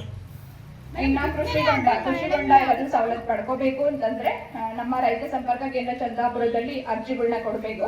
ಅದನ್ನ ಸೀನಿಯಾರಿಟಿ ವೈಸ್ ನೋಡಿ ಯಾರು ಕೃಷಿ ಹೊಂಡ ಅವಶ್ಯಕತೆ ಇದೆ ಅವ್ರಿಗೆ ಕೃಷಿ ಹೊಂಡ ಸಹಾಯಧನದಲ್ಲಿ ಕೃಷಿ ಹೊಂಡ ಮಾಡ್ಕೊಡ್ಲಾಗುತ್ತೆ. ಇದು ನಮ್ಮ ಇಲಾಖೆ ಬಗ್ಗೆ ಇರುವಂತಹ ಮಾಹಿತಿ. ರಜೆ ಇದ್ದಾಗ ನಾವು ಕ್ರಾಪ್ ಇನ್ಶೂರೆನ್ಸ್ ಮಾಡಿ ಅದು ಅಕಸ್ಮಾತ್ ಮಳೆನೇ ಬರಲಿಲ್ಲ, ಬಿತ್ತನೆ ಮಾಡಕ್ಕೆ ಆಗಲಿಲ್ಲ, ಆಗ ಹೆಂಗ್ ಕ್ಲೈಮ್ ಆಗುತ್ತೆ? ಒಂದು 200 ಹೆಕ್ಟೇರ್ ನಮ್ಮಲ್ಲಿ ಬಳ್ಳೂರು ಗ್ರಾಮ ಪಂಚಾಯತಿಯಲ್ಲಿ ಪ್ರತಿ ವರ್ಷ ಬೆಳೆ ಆಗ್ತದೆ ಅಂತ ಒಂದು ಡೇಟಾ ಇರ್ತದೆ. ಏನಾಗುತ್ತೆ, ಈ ಸರಿ ಮಳೆ ಅಭಾವ ಇದೆ. ಬೆಳೆ ವಿಮೆ ಯಾಕೆ ಮಾಡೋದು ಅಂದ್ರೆ ಅತಿವೃಷ್ಟಿ ಅನಾವೃಷ್ಟಿ ಅಂದ್ರೆ ಮಳೆನೇ ಬರಲಿಲ್ಲ, ಮಳೆ ಜಾಸ್ತಿಯಾಗಿ ನಷ್ಟ ಆಯ್ತು. ಅದನ್ನ ರೈತರಿಗೆ ಎಷ್ಟು ಸಾಧ್ಯ ಅಷ್ಟು ತುಂಬಿಕೊಡೋ ಸಲುವಾಗಿ ಬೆಳೆ ವಿಮೆ ಅಂತ ಮಾಡಿರ್ತಾರೆ. ಅವಾಗ ಏನ್ ಮಾಡ್ತೀವಿ ಅಂತಂದ್ರೆ ಪ್ರಿವೆಂಟಿವ್ ಮೆಷರ್ಸ್. ಈಗ ನಾವೇನ್ ಹೇಳ್ತಾರೆ, ಈಗ ಲೆಸ್ ದನ್ 25%, ಈಗ 200 ಹೆಕ್ಟೇರ್ ಇದೆ, ಇದ್ರಲ್ಲಿ 25 ಹೆಕ್ಟೇರ್ಗಿಂತ ಕಡಿಮೆ ಏನಾದ್ರೂ ಬಿತ್ತನೆ ಆಯ್ತು ಅಂತಂದ್ರೆ ಅವಾಗ ಏನು ಬಿತ್ತನೆ ಆಗಿಲ್ಲ ಅನ್ನೋದು ಕೂಡ ಕ್ರಾಪ್ ಇನ್ಶೂರೆನ್ಸ್ ಅವಾಗ ಬರ್ತದೆ. ಇಂಥ ಟೈಮಲ್ಲೇ ನಮ್ಗೆ ಕ್ರಾಪ್ ಇನ್ಶೂರೆನ್ಸ್ ಅವಶ್ಯಕತೆ ಇರೋದು. ಅದಕ್ಕೋಸ್ಕರ ನಾನು 14ನೇ ತಾರೀಕು ಆಗಸ್ಟ್ ತಿಂಗಳು ಕೊನೆ ಇರುತ್ತೆ ಕ್ರಾಪ್ ಇನ್ಶೂರೆನ್ಸ್ ಮಾಡಿಸ್ಕೊಳ್ಳೋ ಸಲುವಾಗಿ ಯಾರ್ಯಾರು ಈ ಹೋಬಳಿಗೆ ನಮ್ಗೆ ರಾಗಿ ಮಳೆ ಆಶ್ರಿತಕ್ಕೆ ಕ್ರಾಪ್ ಇನ್ಶೂರೆನ್ಸ್ ಮಾಡಬೇಕು ಅಂತ ನೋಟಿಫೈ ಆಗಿದೆ. ಯಾರ್ಯಾರು ರಾಗಿ ಬೆಳೆ ಮಾಡಬೇಕು ಅಂತ ಪ್ಲಾನ್ ಇಟ್ಕೊಂಡಿದ್ದೀರಾ ಅಂತವ್ರು ರಾಷ್ಟ್ರೀಕೃತ ಬ್ಯಾಂಕ್ ಅಲ್ಲಿ ಮತ್ತೆ ಗ್ರಾಮವನ್ನಲ್ಲಿ ತಾವು ಬೆಳೆ ವಿಮೆ ಮಾಡಿಸ್ಕೋಬಹುದು. Thank you. ನೋಟಿಫೈ ಆಗಿರ್ಬೇಕು. ಈಗ ತುಂಬಾ ಲೇಟ್ ಆಯ್ತು, ಹುರುಳಿ ಹಾಕಿದ್ವಿ, ಆಗ ಕ್ಲೈಮ್ ಆಗುತ್ತಾ? ನಾನು ಹೇಳಿದ್ನಲ್ಲ ಮೇಡಮ್, ಪ್ರಿವೆಂಟಿವ್ ಸೋಯಿಂಗ್ ಅಂತ ಬರುತ್ತೆ. ಅವಾಗ ಲೆಸ್ ದೆನ್ 25% ಈಗ ಬೆಳ್ಳೂರು ಪಂಚಾಯತ್ ಅಲ್ಲಿ ತಗೋತಾರೆ, ಅವ್ರೇಟ್ ತಗೋತಾರೆ. ಅದಕ್ಕಿಂತ ಕಡಿಮೆ ಬಿತ್ತನೆ ಆಯ್ತು ಅಂತ ಹೇಳಿದಾಗ ಪ್ರಿವೆಂಟಿವ್ ಸೋಯಿಂಗ್ ಅಂತ ಇರುತ್ತೆ. ಅದಕ್ಕೆ ಏನ್ ಇನ್ಶೂರೆನ್ಸ್ ಬರುತ್ತೆ ಅದು ಬರುತ್ತೆ. ಈಗ ಶಾರ್ಟ್ ಅದು ಆನ್ ಟೈಮ್ ಸಿಗುತ್ತೆ ಮೇಡಮ್, ಖಂಡಿತ ಸಿಗುತ್ತೆ ನಿಮ್ಗೆ. ಪ್ರಸ್ತುತ ಶೈಕ್ಷಣಿಕ ವರ್ಷ 2026-27ನೇ ಸಾಲಿನಲ್ಲಿ ಆಗಿರುವಂತಹ ಬದಲಾವಣೆಗಳ ಬಗ್ಗೆ ನಾನು ನಿಮಗೆ ತಿಳಿಸ್ಕೊಡ್ತೀನಿ. ಮೊದಲನೇದಾಗಿ ನೀವು ಮೊದಲು ಗಮನಿಸಿದಂಗೆ ಸರ್ಕಾರಿ ಶಾಲೆಯ ಬೋರ್ಡ್ಗಳು ಮತ್ತು ಈಗ ಗಮನಿಸ್ತಾ ಇದ್ದೀರಾ ಸರ್ಕಾರಿ ಶಾಲೆಯ ಬೋರ್ಡ್ಗಳು, ನೀವೇ ಹೇಳಿ ಏನು ಒಂದು ವ್ಯತ್ಯಾಸವನ್ನು ಕಂಡುಕೊಂಡಿದ್ದೀರಾ? ನಿಮ್ಮ ದಾಸನಪುರ ಶಾಲೆನೇ ಆಗಿರಬಹುದು ಅಥವಾ ನಿಮ್ಮ ಬಲ್ಲೂರು ಗ್ರಾಮ ಪಂಚಾಯತಿ ಆ ಶಾಲೆನೇ ಆಗಿರಬಹುದು, ಮೊದಲು ಏನಂತ ಬೋರ್ಡ್ ಇತ್ತು, ಇವಾಗ ಯಾವ ರೀತಿ ಬೋರ್ಡ್ ಇದೆ? ಅಲ್ಲ ಸರ್, ನೀವುಗಳೆಲ್ಲ ನೋಡಿರ್ತೀರ, ಈ ಗ್ರಾಮಸ್ಥರು ಅಲ್ವಾ, ಸರ್ಕಾರಿ ಶಾಲೆಗಳ ಕಡೆ ನೋಡಿರ್ತೀರಾ. ಸೊ ಬೋರ್ಡ್ ಏನಂತ ಚೇಂಜಸ್ ಏನ್ ಅನ್ನಿಸ್ತಿದೆ ನಿಮ್ಗೆ? Exactly ma'am, S. ಸೊ ಮೊದಲು ಸರ್ಕಾರಿ ಶಾಲೆಗಳಲ್ಲಿ ಬರೀ ಕನ್ನಡ ಮಾಧ್ಯಮ ಇತ್ತು. ಈ ವರ್ಷದಿಂದ ಬೈಲಿಂಗ್ವಲ್ ದ್ವಿಭಾಷಾ ಮಾಧ್ಯಮ ಪ್ರಾರಂಭ ಆಗಿದೆ. ಸೊ ಸರ್ಕಾರಿ ಶಾಲೆಗಳಲ್ಲಿ ಇನ್ನಷ್ಟೇನೋ ಸರ್ವತೋಮುಖವಾಗಿ ಅಭಿವೃದ್ಧಿಯನ್ನ ಸಾಧಿಸೋದಕ್ಕೆ ಹಾಗೆ ಮಕ್ಕಳಲ್ಲಿ ಭಾಷಾ ಪ್ರೌಢಿಮೆಯನ್ನ ಹೆಚ್ಚು ಮಾಡೋದಕ್ಕೆ ಸರ್ಕಾರಿ ಶಾಲೆಗಳಲ್ಲಿ ದ್ವಿಭಾಷಾ ಮಾಧ್ಯಮನ ನಮ್ಮ ಇಲಾಖೆ ಜಾರಿಗೆ ತಂದಿದೆ. ಇದು ಬೆನಿಫಿಟ್ ಏನಂದ್ರೆ ನಮ್ಮ ಸರ್ಕಾರಿ ಶಾಲೆಗಳಲ್ಲಿ ದಾಖಲಾತಿಯನ್ನ ಹೆಚ್ಚು ಮಾಡೋದು ಒಂದು ಕಾರಣ. ನಮ್ಮ ಪೋಷಕರಲ್ಲಿ ನಾನು ಸೇರಿ ನಮ್ಮ ಮಕ್ಕಳಿಗೆ ಇಂಗ್ಲಿಷಲ್ಲಿ ಸರಾಗವಾಗಿ ಮಾತಾಡಬೇಕು ಅನ್ನೋ ಒಂದು ಆಸೆ ಇದ್ದೇ ಇರುತ್ತೆ, ಅಫ್ಕೋರ್ಸ್ ಅಲ್ವಾ. ಸೊ ಹಾಗಾಗಿ ಸುಮಾರು ಜನ ಪೋಷಕರಿಗೆ ಏನಂದ್ರೆ ಸರ್ಕಾರಿ ಶಾಲೆ ಬಿಟ್ಟು ನಾವು ಪ್ರೈವೇಟ್ ಸ್ಕೂಲ್ಗೆ ಮಕ್ಕಳನ್ನ ಸೇರಿಸೋದಕ್ಕೆ ಕಷ್ಟ ಆಗುತ್ತೆ, ಫೀಸ್ ಜಾಸ್ತಿ ಇರುತ್ತೆ. ನಮ್ಮ ಸರ್ಕಾರಿ ಶಾಲೆಗಳಲ್ಲಿ ನಾವು ಇಂಗ್ಲಿಷ್ನ ಓಪನ್ ಮಾಡಿದಾಗ, ಇಂಗ್ಲಿಷ್ ಮಾಧ್ಯಮನ ಶುರು ಮಾಡಿ ಮಕ್ಕಳಿಗೆ ನಾವು ಇಂಗ್ಲಿಷ್ ಕಲಿಸಿದಾಗ ಎಲ್ಲ ಪೋಷಕರಿಗೂ ಕೂಡ ಅನುಕೂಲ ಆಗುತ್ತೆ ಅನ್ನೋ ಕಾರಣದಿಂದ ಈ ವರ್ಷದಿಂದ ಪ್ರಾರಂಭ ಆಗಿದೆ. 5 ಶಾಲೆಗಳು ಆಯ್ಕೆ ಆಗಿದೆ, ಅದ್ರಲ್ಲಿ ನಮ್ಮ ಬಲ್ಲೂರು ಶಾಲೆ ಕೂಡ ಒಂದು. ಆ KPS ಏನಂದ್ರೆ, ಈಗ ಬಲ್ಲೂರು ಶಾಲೆ ನಾನು ಗಮನಿಸಿದ್ದೀನಿ 300 ಜನ ಮಕ್ಕಳಿದ್ದಾರೆ ಆಸುಪಾಸು, 310-20, ರೈಟ್ ನಾವು 298 ಇದೆ ಸ್ಟ್ರೆಂತ್ ಅಲ್ಲಿ. ಅಲ್ಲಿ ಶಾಲೆ ಚೆನ್ನಾಗಿದೆ, ಟೀಚರ್ಸು ಚೆನ್ನಾಗಿದೆ. ನಾನು ಮಂತ್ಲಿ ಒನ್ಸ್ ಟ್ವೈಸ್ ವಿಸಿಟ್ ಮಾಡ್ತಾನೆ ಇರ್ತೀನಿ. KPS ಅಂತ ಬಂದಾಗ ಇನ್ನಷ್ಟು ಕರ್ನಾಟಕ ಪಬ್ಲಿಕ್ ಸ್ಕೂಲ್ ಇನ್ನಷ್ಟು ದೊಡ್ಡದಾಗಿ ಶಾಲಾ ಕ್ಯಾಂಪಸ್ ಆಗುತ್ತೆ. ಅದಕ್ಕೆ 1 ಎಕರೆ ಜಾಗನ ಶಾಲೆಯ 100 ಕಿಲೋಮೀಟರ್ ಅಲ್ಲೇ ಎಲ್ಲೋ ಇದೆ ಅಂತ ಕೂಡ 100 ಮೀಟರ್ ವ್ಯಾಪ್ತಿಯಲ್ಲಿ ಅಲ್ಲಿದೆ ಅಂತ ಹೇಳಿ ನಾನು ಕೇಳ್ಪಟ್ಟೆ. 1 ಎಕರೆ 20 ಗುಂಟೆ ಇದೆ, ಸರ್ಕಾರಿ ಆಸ್ಪತ್ರೆ ಏನಿದೆ, ಮಿಕ್ಕಿರೋದ್ರಲ್ಲಿ ಶಾಲೆಯನ್ನ ನಿರ್ಮಾಣ ಮಾಡ್ತಾರೆ ಮುಂದಿನ ದಿನಗಳಲ್ಲಿ. ಹಾಂ ಸರ್, ಹೌದು, ಅನುದಾನ ರಿಲೀಸ್ ಆಗುತ್ತೆ, ಶಾಲೆನೂ ಕೂಡ ಚೆನ್ನಾಗಿ ಮಾತ್ರ. ಅಲ್ಲಿ ನೆಕ್ಸ್ಟ್ 9th 10th PU ಕೂಡ ತರಬೇಕು ಅನ್ನೋ ಒಂದು ಉದ್ದೇಶ ಇದೆ. ನೋಡ್ಬೇಕು ಮುಂದಿನ ದಿನಗಳಲ್ಲಿ ಏನಾಗುತ್ತೆ ಅಂತ ಹೇಳಿ ಮಾಡ್ತೀವಿ. ಸೊ ನಾವು ಎಫರ್ಟ್ಸ್ ಹಾಕ್ಬೇಕು ಅದಕ್ಕೆ. ನಿಮ್ಮ ಕ್ಲಸ್ಟರ್ ಅಲ್ಲಿ ಆ ಥರ ಬಂದಾಗ ನೀವು ಒಂದು ಯಾವ್ದಾದ್ರು ಒಂದು ಸಾಧನೆ ಮಾಡೋ ರೀತಿಯಲ್ಲಿ ಆಗುತ್ತೆ. ಈಗಾಗಲೇ ಅವಕಾಶ ಆಗುತ್ತೆ ಅನ್ನೋ ನಿಟ್ಟಿನಲ್ಲಿ ನಾನು ವಾಪಸ್ ಕಳಿಸಿದ್ದೀನಿ ನಿಮ್ಮ ಚಿನ್ನಪ್ಪ ಅವ್ರಿಗೆ, AEಗೆ, PW ಅವ್ರಿಗೆ. ನೀವು ಒಂದ್ಸರಿ ಅದ್ರ ಬಗ್ಗೆ ಮಾಹಿತಿ ತಗೊಳ್ಳಿ. ಒಂದು, ಎರಡನೇದು, ನಮ್ಮ ಬಳ್ಳೂರು ಶಾಲೆಗೆ ವಾರ್ಷಿಕವಾಗಿ ಸರ್ಕಾರದಿಂದ ಎಷ್ಟು ಅಮೌಂಟ್ ಅವರ ಒಂದು ಶಾಲೆಗೆ ಬರ್ತದೆ, ಅದನ್ನ ಯಾವ ರೀತಿ ಬಳಸ್ಕೋಬಹುದು, ಏನಕ್ಕೆಲ್ಲ ಬಳಸ್ಕೋಬಹುದು, ದಯವಿಟ್ಟು ತಿಳಿಸಿ, ನೀಟಾಗಿ ತಿಳಿಸಿ. ಖಂಡಿತ ಸರ್. ಒಂದು ಸರ್ಕಾರಿ ಶಾಲೆಗೆ ಮಕ್ಕಳ ಸಂಖ್ಯೆಗೆ ಅನುಗುಣವಾಗಿ ಅನುದಾನ ರಿಲೀಸ್ ಆಗುತ್ತೆ, ಒಂದು ಶಾಲಾ ಅನುದಾನ ರಿಲೀಸ್ ಆಗುತ್ತೆ, ಇನ್ನೊಂದು ನಿರ್ವಹಣಾ ಅನುದಾನ. ಆ ಸಂಖ್ಯೆಗೆ ಅನುಗುಣವಾಗಿ 50 ರಿಂದ 60 ಸಾವಿರ ರಿಲೀಸ್ ಆಗುತ್ತೆ ಸರ್. ಅದನ್ನು ಯಾವುದಕ್ಕೆ ಬಳಸ್ಕೊಬೋದು ಮುಖ್ಯ ಶಿಕ್ಷಕರು ಅಂದಾಗ, ಚಾಕ್ಪೀಸ್ ಆಗಿರ್ಬೋದು ಅಥವಾ board painting, black board painting ಆಗಿರ್ಬೋದು, ಡಸ್ಟರ್ ಆಗಿರ್ಬೋದು, ಶಾಲೆಯಲ್ಲಿ ಅಟೆಂಡೆನ್ಸ್ ರಿಜಿಸ್ಟರು ಮತ್ತು ನಮ್ಮದು ಕನ್ಸಲ್ಟೇಷನ್ ರಿಜಿಸ್ಟರ್ಸ್ ಇರುತ್ತೆ. ಟೀಚರ್ಸ್ಗೆ ನಾವು ಇಂಡಿವಿಜುವಲ್ ರಿಜಿಸ್ಟರ್ಸ್ನ ಕೊಡಿಸ್ಬೇಕಾಗಿ ಬರುತ್ತೆ. ಸೊ ಅದಕ್ಕೆಲ್ಲ ಬಳಸ್ಕೋಬೋದು. ಹಾಗೆ ನಮಗೆ ಕ್ಲಾಸ್ ರೂಮಲ್ಲಿ ಇನ್ನೇನಾದರೂ ಚಾರ್ಟ್ಸು, ಅದಕ್ಕೆ ಸಂಬಂಧಪಟ್ಟಂಗೆ ಪೆನ್ಸಿಲ್ ಆಗಲಿ, ಸ್ಕೇಲ್ ಆಗಲಿ, ಅಥವಾ ಮಕ್ಕಳಿಗೆ ನಾವು ಏನೇನು ಆ್ಯಕ್ಟಿವಿಟೀಸ್ ಮಾಡಿಸ್ತೀವೋ, ಕಲರ್ ಶೀಟ್ಸ್ ಆಗಲಿ, ಈ ಥರ ಎಲ್ಲ ಸ್ಟೇಷನರಿ ಐಟಮ್ಸ್ ಅನ್ಕೊಳ್ಳಿ, ಆಲ್ಮೋಸ್ಟ್ ಎಲ್ಲ ಸ್ಟೇಷನರಿ ಐಟಮ್ಸ್ಗೂ ಕೂಡ ಈ ಒಂದು ಅನುದಾನನ 1 ವರ್ಷ ಪೂರ ಬಳಸ್ಕೊಳ್ತಾರೆ. ಇದಲ್ದಿರ ಶಾಲಾ ಶೌಚಾಲಯ ಮತ್ತು ಕುಡಿಯುವ ನೀರಿನ ನಿರ್ವಹಣಾ ಅನುದಾನ ಅಂತ ಹೇಳಿ ಅದು ಕೂಡ ರಿಲೀಸ್ ಆಗುತ್ತೆ. ಅದು 14,000-15,000 ಬರಬಹುದು per annum. Yes per annum. ಆ ಒಂದು ಅಕಾಡೆಮಿಕ್ ಇಯರಲ್ಲಿ ಅದು ರಿಲೀಸ್ ಆಗುತ್ತೆ. ಅದೇ ಎಲ್ಲ ಶಾಲೆಗೂ ಒಂದೇ ಅಮೌಂಟ್ ಅಂತ ನಾನು ಹೇಳೋದಿಲ್ಲ, it depends on school strength. Balluru strength ಗಮನಿಸ್ದಂಗೆ ಅದೇ ಆ ಶಾಲೆಗೆ ಸಂಬಂಧಪಟ್ಟಂಗೆ ನಾನು ಮಾಹಿತಿ ಮಾಹಿತಿ ಹೇಳ್ತೀರಾ. ಒಂದು 14,000 to 15,000 ರಿಲೀಸ್ ಆಗ್ಬೋದು. ಅದು ಏನಾದರೂ ನೀರಿನ ಸಮಸ್ಯೆ ಇದ್ದಾಗ ನೀರು ತರಿಸ್ಕೊಳ್ಳೋದಕ್ಕಾಗಿರ್ಬೋದು, ಅಥವಾ ವಾಶ್ರೂಮ್ ಕ್ಲೀನಿಂಗ್ ಆಗಿರ್ಬೋದು, ಅಥವಾ ಫಿನಾಯಿಲ್ ಬೇಕು, ಹಾರ್ಪಿಕ್, ಇನ್ನೇನಾದರೂ ವಾಶ್ರೂಮ್ ಕ್ಲೀನಿಂಗ್ ಇದೆ. ನಮ್ಮ ಪಂಚಾಯತ್ ಕಡೆಯಿಂದ ನಾವು ಎವ್ರಿ ಡೇ ಹೋಗ್ತಾರಾ ಮ್ಯಾಮ್? ಹೌದು. ಹೌದಾ? ಎವ್ರಿ ಡೇ ಇರ್ತಾರೆ. ಸಹಾಯಧನ ಅಂತ 3,000 ರೂಪಾಯಿಂದ 4,000 ರೂಪಾಯಿ ತನಕ ಕೊಡ್ತಾ ಇದ್ದೀವಿ ಪರ್ ಮಂತ್. ಇವಾಗ ಪೈ ಮಾಡಿದ್ದೀವಿ, ವರ್ಷದಿಂದ ಪೈ ಮಾಡಿದ್ದೇವೆ. ಸೊ ಇದನ್ನ ನಮ್ಮ ಕಡೆಯಿಂದ ಕೊಡೋ ಬದಲು ನೀವು ಏನಾದರೂ ಇದಕ್ಕೆ ಕೊಡ್ತಾ ಇದ್ದೀವಿ. ಅದೇ ಇನ್ನೇನಾದರೂ ಅವಶ್ಯಕತೆ ಇದ್ರೆ ಮುಖ್ಯ ಶಿಕ್ಷಕರು ಅದಕ್ಕೆ ಶಾಲೆಗೆ ಬಳಸ್ಕೊಳ್ತಾರೆ. ಅಥವಾ ಬಕೆಟ್ಸ್, ಜಗ್ಸ್ ಆಗಿರ್ಬೋದು, ಮಾಪ್ ಆಗಿರ್ಬೋದು, ಕ್ಲೀನಿಂಗ್ ಮೆಟೀರಿಯಲ್ಸ್. ಏನಕ್ಕೆ ಕ್ಲೀನಿಂಗ್ ನಮ್ಮ ಕಡೆ ಪಂಚಾಯತ್ ಕಡೆ ಅವ್ರು ಬಂದು ಕ್ಲೀನ್ ಮಾಡಿ ಹೋಗ್ಬೋದು. ಏನಕ್ಕೆ ಕೊಡಬೇಕು ನಾವು ಅಂತ, ಲೇಬರ್ ಏನಕ್ಕೆ ನಾವು ಕೊಡಬೇಕು ಅಂತ ಪಂಚಾಯತಿಂದ ಯಾಕೆ ಕೊಡ್ಬೇಕು? ನೀವು ಲೇಬರ್ನ ಕೊಡ್ತೀರಾ, ಬಟ್ ಕ್ಲೀನಿಂಗ್ ಮೆಟೀರಿಯಲ್ಸ್ ಅದೇ ನಾವೇ ಯಾಕೆ ಕೊಡ್ಬೇಕು?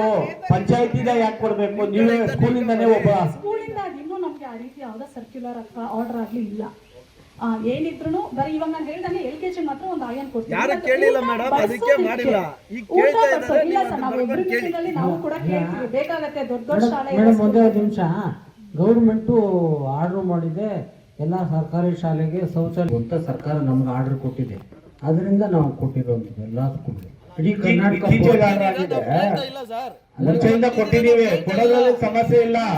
ಅವ್ರು ಏನಾದ್ರು ಎಚ್ಚೆತ್ಕೊಳ್ಳಿ ಅಂತ ಕ್ವಶನ್ ಕೇಳ್ತಿದೀವಿ ಅಷ್ಟೇ. ನಾವು ಇನ್ನೇನು ನೀವು ಕೊಡೋದು ಬೇಡ ಅಂತ ಹೇಳಲಿಲ್ಲ. ನಾವು ಶಾಲೆ ಚೆನ್ನಾಗಿದ್ರೆ ಮಕ್ಕಳು ಶುಭ್ರವಾಗಿರ್ತಾರೆ, ತುಂಬಾ ಒಳ್ಳೇದದು. ಶಾಲೆ ಚೆನ್ನಾಗಿ ಮಕ್ಕಳು ಸರ್ ಖಂಡಿತ.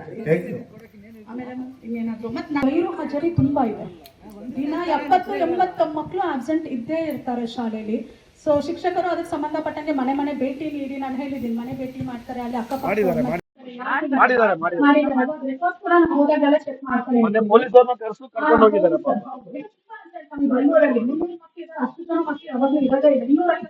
ಕೂಡ HM ಅಕೌಂಟ್ಗೆ ಹೆಂಗೆ ಅಂದ್ರೆ HM ಅಕೌಂಟ್ ಇಂದ ಸೀದಾ ಪೇರೆಂಟ್ಸ್ ಅಕೌಂಟ್ಗೆ ಹೋಗುತ್ತೆ. HM ಕೈಯಿಂದ ಡ್ರಾ ಮಾಡಿ ಕೊಡುವಂತ ಯಾವುದೇ ಪದ್ಧತಿ ಈಗ ನಮ್ಮ ಸರ್ಕಾರಿ ಶಾಲೆಗಳಲ್ಲಿ ಇಲ್ಲ. ಏನೇ ಮೆಟೀರಿಯಲ್ಸ್ ತಗೊಂಡು ಡೈರೆಕ್ಟ್ ವೆಂಡರ್ಗೆ ಹೋಗುತ್ತೆ. HM ಡ್ರಾ ಮಾಡೋದು ಕೊಡೋದು ಏನು ಇಲ್ಲ, ಎಲ್ಲ ಆನ್ಲೈನ್ ಟ್ರಾನ್ಸಾಕ್ಷನ್ಸೇ ಆಗಿರುತ್ತೆ. ಇನ್ನೇನಾದ್ರೂ ಸಮಸ್ಯೆ ತಾಲೂಕ್ ಪಂಚಾಯತಿಯಲ್ಲಿ ಇದೆ. ಸೊ ನಾವು ಬ್ಯಾಂಕಿನ ಸಂಬಂಧಪಟ್ಟ ಹಾಗೆ ಮಾಹಿತಿ ಕೊಡ್ಲಿಕ್ಕೆ ಇಚ್ಛಿಸ್ತೇನೆ. ಮುಖ್ಯವಾಗಿ Jan Dhan account, zero balance account ಪ್ರತಿಯೊಬ್ಬರು ಸಹ ಮಾಡಿಸ್ಕೊಂಡಿರ್ತಾರೆ. ಸೊ ಜನ್ಧನ್ ಅಕೌಂಟಲ್ಲಿ ದಯವಿಟ್ಟು ಪ್ರತಿಯೊಬ್ಬರು ಸಹ ಒಂದು ರೂಪೇ ಕಾರ್ಡನ್ನು, ATM ಕಾರ್ಡನ್ನು ತೆಗೆದುಕೊಳ್ಳಿ. ಆ ATM ಕಾರ್ಡಲ್ಲೂ ಸಹ 2 ಲಕ್ಷ ರೂಪಾಯಿವರೆಗೂ ಸಹ ಇನ್ಶೂರೆನ್ಸ್ ಸೌಲಭ್ಯ ಇದೆ. ಒಂದು ವೇಳೆ ಆ ವ್ಯಕ್ತಿ ಏನಾದರೂ 70 ವರ್ಷದ ಒಳಗಡೆ ಆಕ್ಸಿಡೆಂಟಲ್ ಡೆತ್ ಆದರೆ ಆ ಕುಟುಂಬಕ್ಕೆ 2 ಲಕ್ಷ ರೂಪಾಯಿವರೆಗೂ ಸಹ ಇನ್ಶೂರೆನ್ಸ್ ಸೌಲಭ್ಯ ಇದೆ.